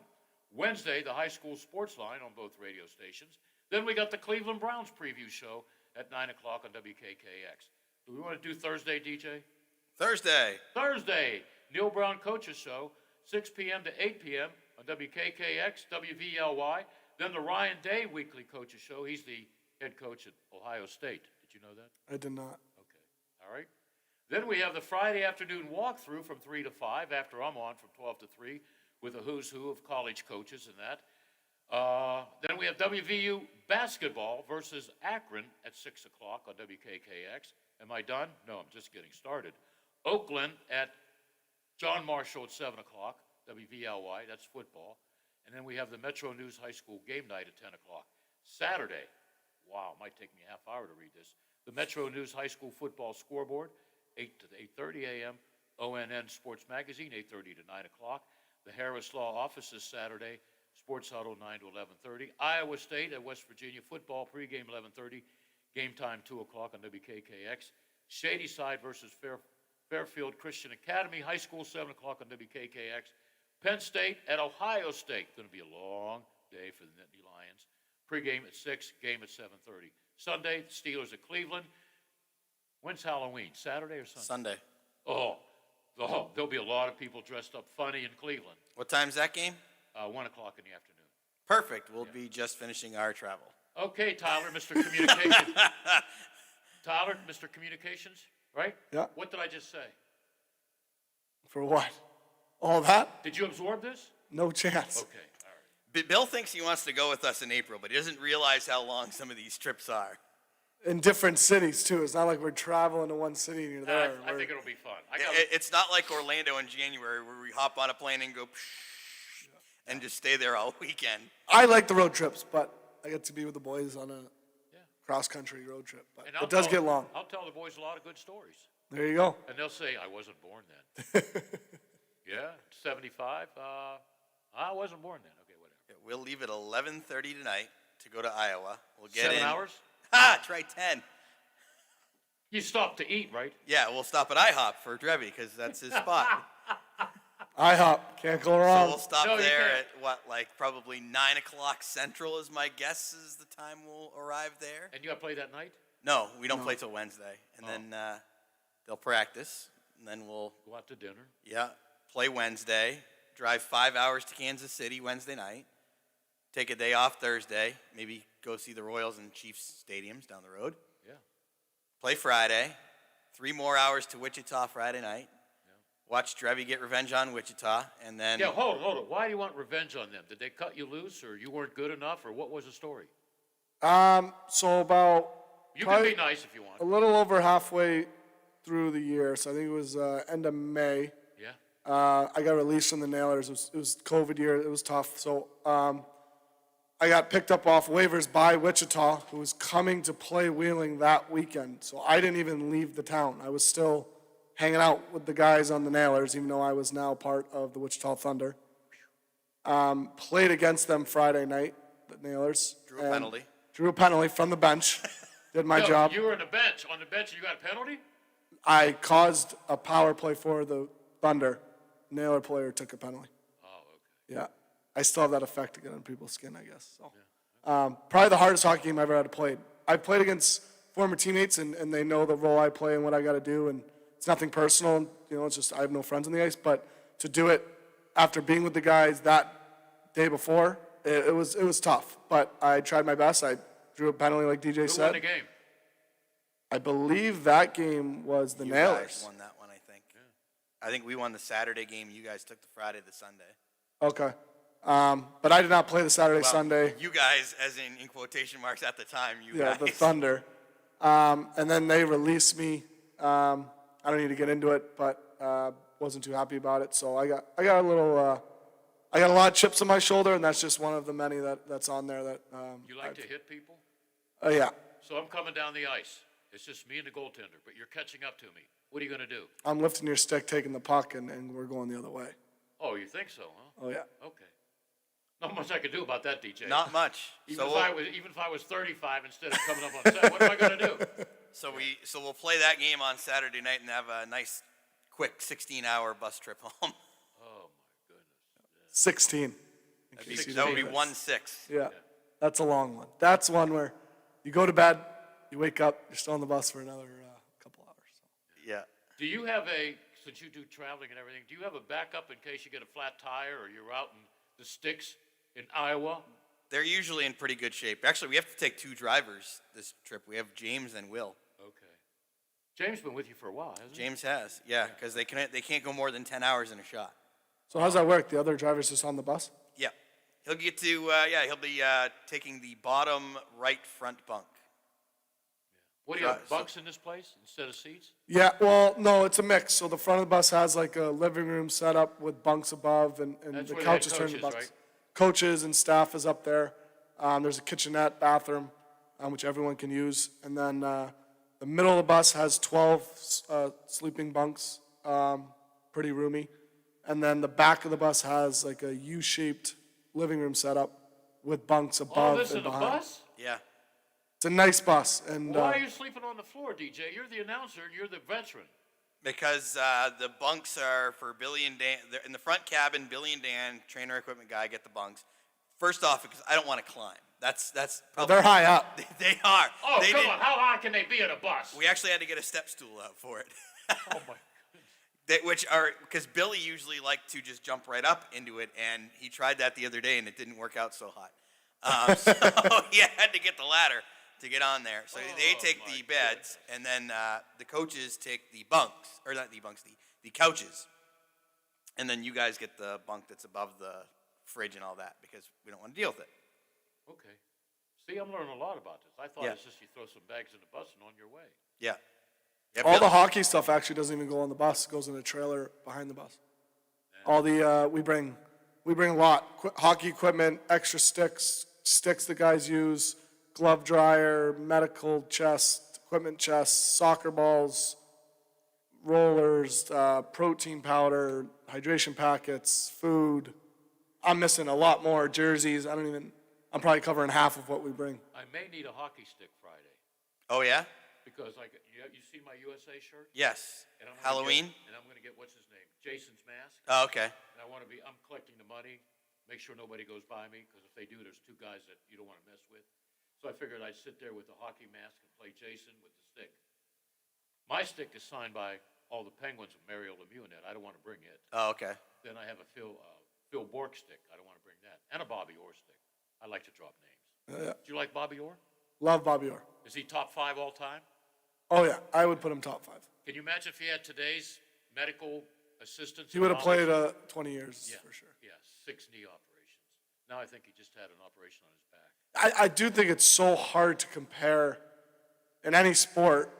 Would a guy be as good in certain eras? Because every sport, the games have evolved and changed so much. It's hard. I honestly, it's hard to. Scoring, he was a scoring defenseman. Yeah, he was. He was so good. Yeah, And he was back my then- dad's favorite player. Was Bobby That's Orr. your dad? Yeah. I thought your dad, was he a Red Wings guy? No, he was a Bruins guy all growing up. He grew up in Easton, Mass, and then. I know where Easton is. Okay. Yep, and then he he went to UMass Lowell, played 4 years there, and then. Was he a good hockey player? Very good. He's Better than you? Yes. Ooh. Yeah. Oh, we stumped him. What's the answer going to be? Yeah. I'll say this: he is a much more achieved than I have, and a way better player than he has. If I can have half the career he does, I'll be very What do you happy. play? What position? Defense. Okay. Goal-scoring defenseman. So, he holds the all-time record for games played by a defenseman, points by a defenseman, and single-season points by a defenseman in the West Coast Hockey League, which is now pretty much the Mountain Division in the East Coast League. Wow. So. Did you know all that, DJ? I had a little bit of it. He's actually in the Hockey Hall of Fame. Now, I say he's inducted to the Hall of Fame, which, like a Bobby Orr and all that, he's not in that. They have a minor league section that I think once a year they put out his skates, helmet, gloves, jersey, stick, and stuff in Toronto. So, yeah, if I can have half the career he does, then. I do have one bragging right over my brother and my dad. My brother plays as well. He's at college right now. What college? He's at Merrimack. Okay. He's one of the captains over there. Actually, I saw you got a point the other day. He did. He had 2 points. What do you have over them? Sorry? You said you had something over them? I am the only one in the family currently who scored my first professional hockey game. So I hold that over my dad's head. That's pretty much In the your first only. pro game, you scored a goal. I did, yeah. You have the puck? I do. Okay. I do. That's pretty Short-handed, right? Short-handed, yep. Yeah. Yep. I That's think right. Matt Alfaro assisted on it. Is your brother older or younger than you? Younger. He's 23. In a fight, can you beat him? Honestly, he's a tough kid, and I know I'm a tough guy, but I think that one can go either way. I can admit that. I would never admit it to his face. So. Okay. He's really good hockey player, really good. So he's a Maybe very he'll be a very. nailer someday, huh? Yeah, yeah. Hopefully. So he's. Did your dad come to town to watch you play? He came for my first game. He drove from Boston day of the game and came and watched. It was 2 games that weekend, so he came for both. Yeah. Pretty cool moment after the game, seeing him and sharing the puck with him. And he's not a Red Wings fan, right? No, he can't stand the Red Wings. Okay, we got to get him on. He's a huge Sidney Crosby fan, huge Penguins fan, and then he is a Bruins fan. Okay, all right. That settles that. Yeah, DJ, I like crazy guys like this. He's a little bit on the crazy I told you he'd be a perfect fit for the show. Well, sometimes you're wrong. I wasn't messing with you, man. Yeah, sometimes you're wrong. Like, we're going to be really good this year. How many times have I heard that? We got work to do. Is that true, Tom? Big business trip coming up this week. Yeah, so you guys got to get at least 2 out of 3, I think. What do you think? we're going for all 3. All right, perfect, good. Are you going to Starts- be around Friday if I need a stick? No, I'll be in Kansas City. How do I get a stick? Good question. We can figure something out. I have colleagues. I think I have a kid stick that I'll use. I do have colleagues. I don't think Jason had a stick. No. No, I don't think he. I think he just had the hockey mask. Well, I'm not going to bring a machete, stand there with a machete. Yeah, somebody doesn't pay, can't pay your $8, I'll chop your head off. Yeah, well, whatever. Maybe I'll just be dressed up as a security guard, huh? I did that my freshman year of college. Our whole graduating class, we were freshmen. Yeah. And in college, when we have a hockey party or summit, after a game, it's the freshman that's got to work the door to make sure, it doesn't get out of hand. No rules are being broken, stuff like that. So no one's getting in trouble. And we thought it would be funny if we're going to run the door, we may as well be security guys. It was electric. People didn't even know we were like students. They thought we were hired security people. Well, yeah. So Are you pretty guys fun. doing a costume party this year, or no, because we're on the road? I don't know. That's a good question. Maybe We when we haven't get really back? talked about it. I have already started planning an outfit just because I figured we would at some point. Oh, okay. I don't want to spoil it though. Okay. Who do you like in the World Series? Honestly, neither. I'm not a big baseball guy. I was rooting for the Red Sox. I really want to see a Red Sox LA final with Mookie Betts and all that, but I mean, I don't even know. I don't even know which team's better. All right, and you like the Patriots. I like Tom Brady. Then you like the Bucks. Yeah, I'm rooting for the Bucks is because of Tom Brady. If Tom Brady was to retire right now, I'd go back to. Did you hear about his football? Sorry? Did you hear about his football? No. He threw. His 600th pass, Yeah, right? he has 602, which is a record. Okay. Touchdown, yeah. And the one, I think it was 601, the wide receiver caught the ball in the end zone for a touchdown, handed it to a fan. Now that's the ball you want to keep. So Yeah, you know what they one were of doing? the Tampa Bay Buccaneers equipment managers went over and made a deal with the fan. The fan got jerseys, $1,000 gift certificate, game balls, and I don't know, whatever he wants. So it's funny, ESPN was doing a thing this morning, they were talking about him, and they were showing his 100th, 200th, 300th, and so on. Yeah. And on, I think, the 300th and 400th, the receiver who caught the ball went in and gave it to a fan in the crowd, and I was like, wouldn't you keep the ball? That's Tom Brady's.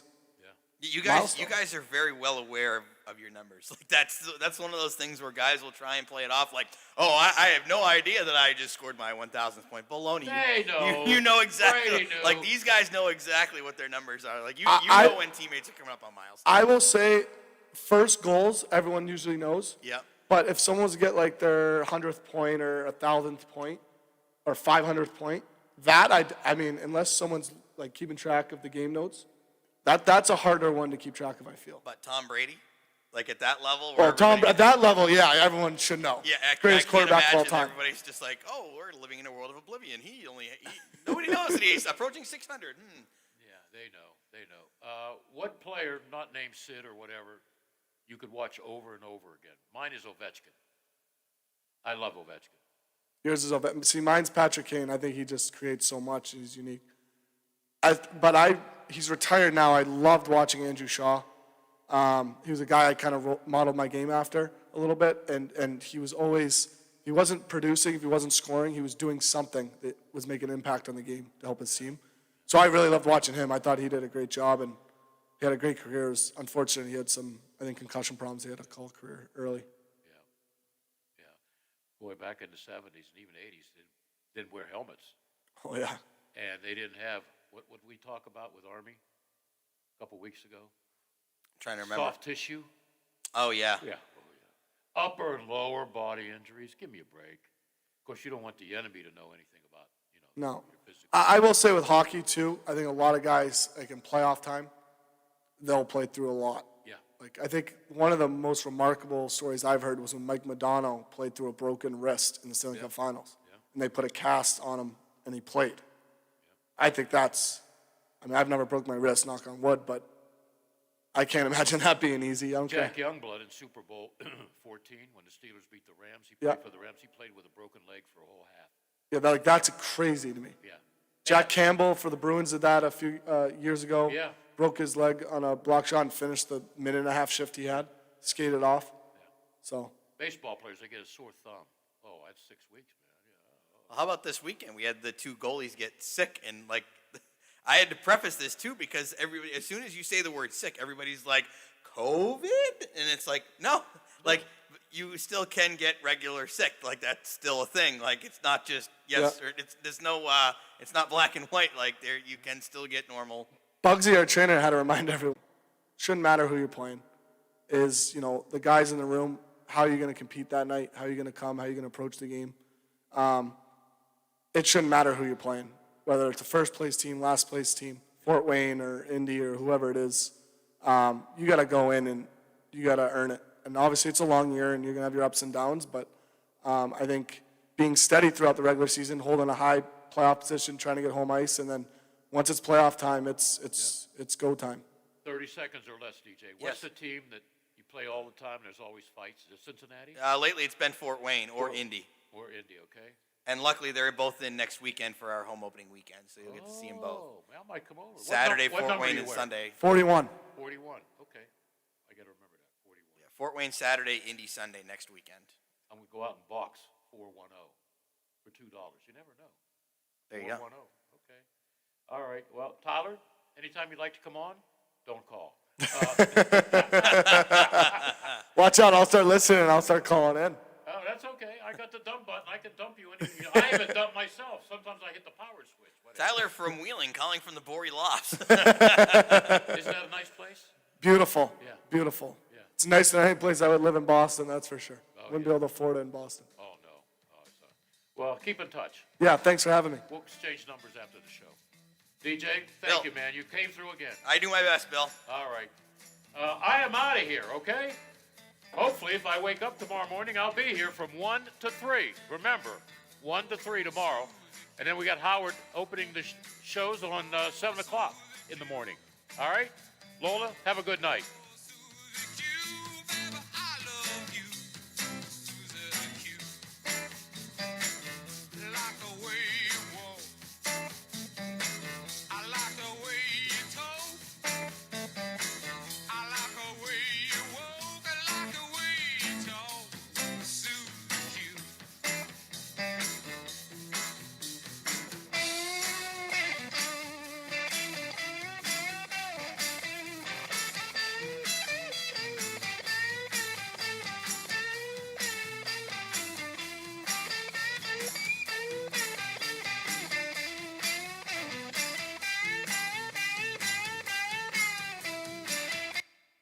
The Watchdog is FM 98.1, AM 1600 WKKX Wheeling.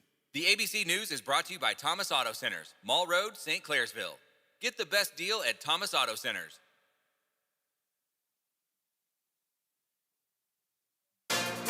From ABC News, I'm Dave Packer. President Biden on the road selling his Build Back Better and infrastructure plans. Today visiting a mass transit maintenance facility in Kearney, New Jersey. He said the nearby Portal Railroad Bridge is the busiest rail bridge in the western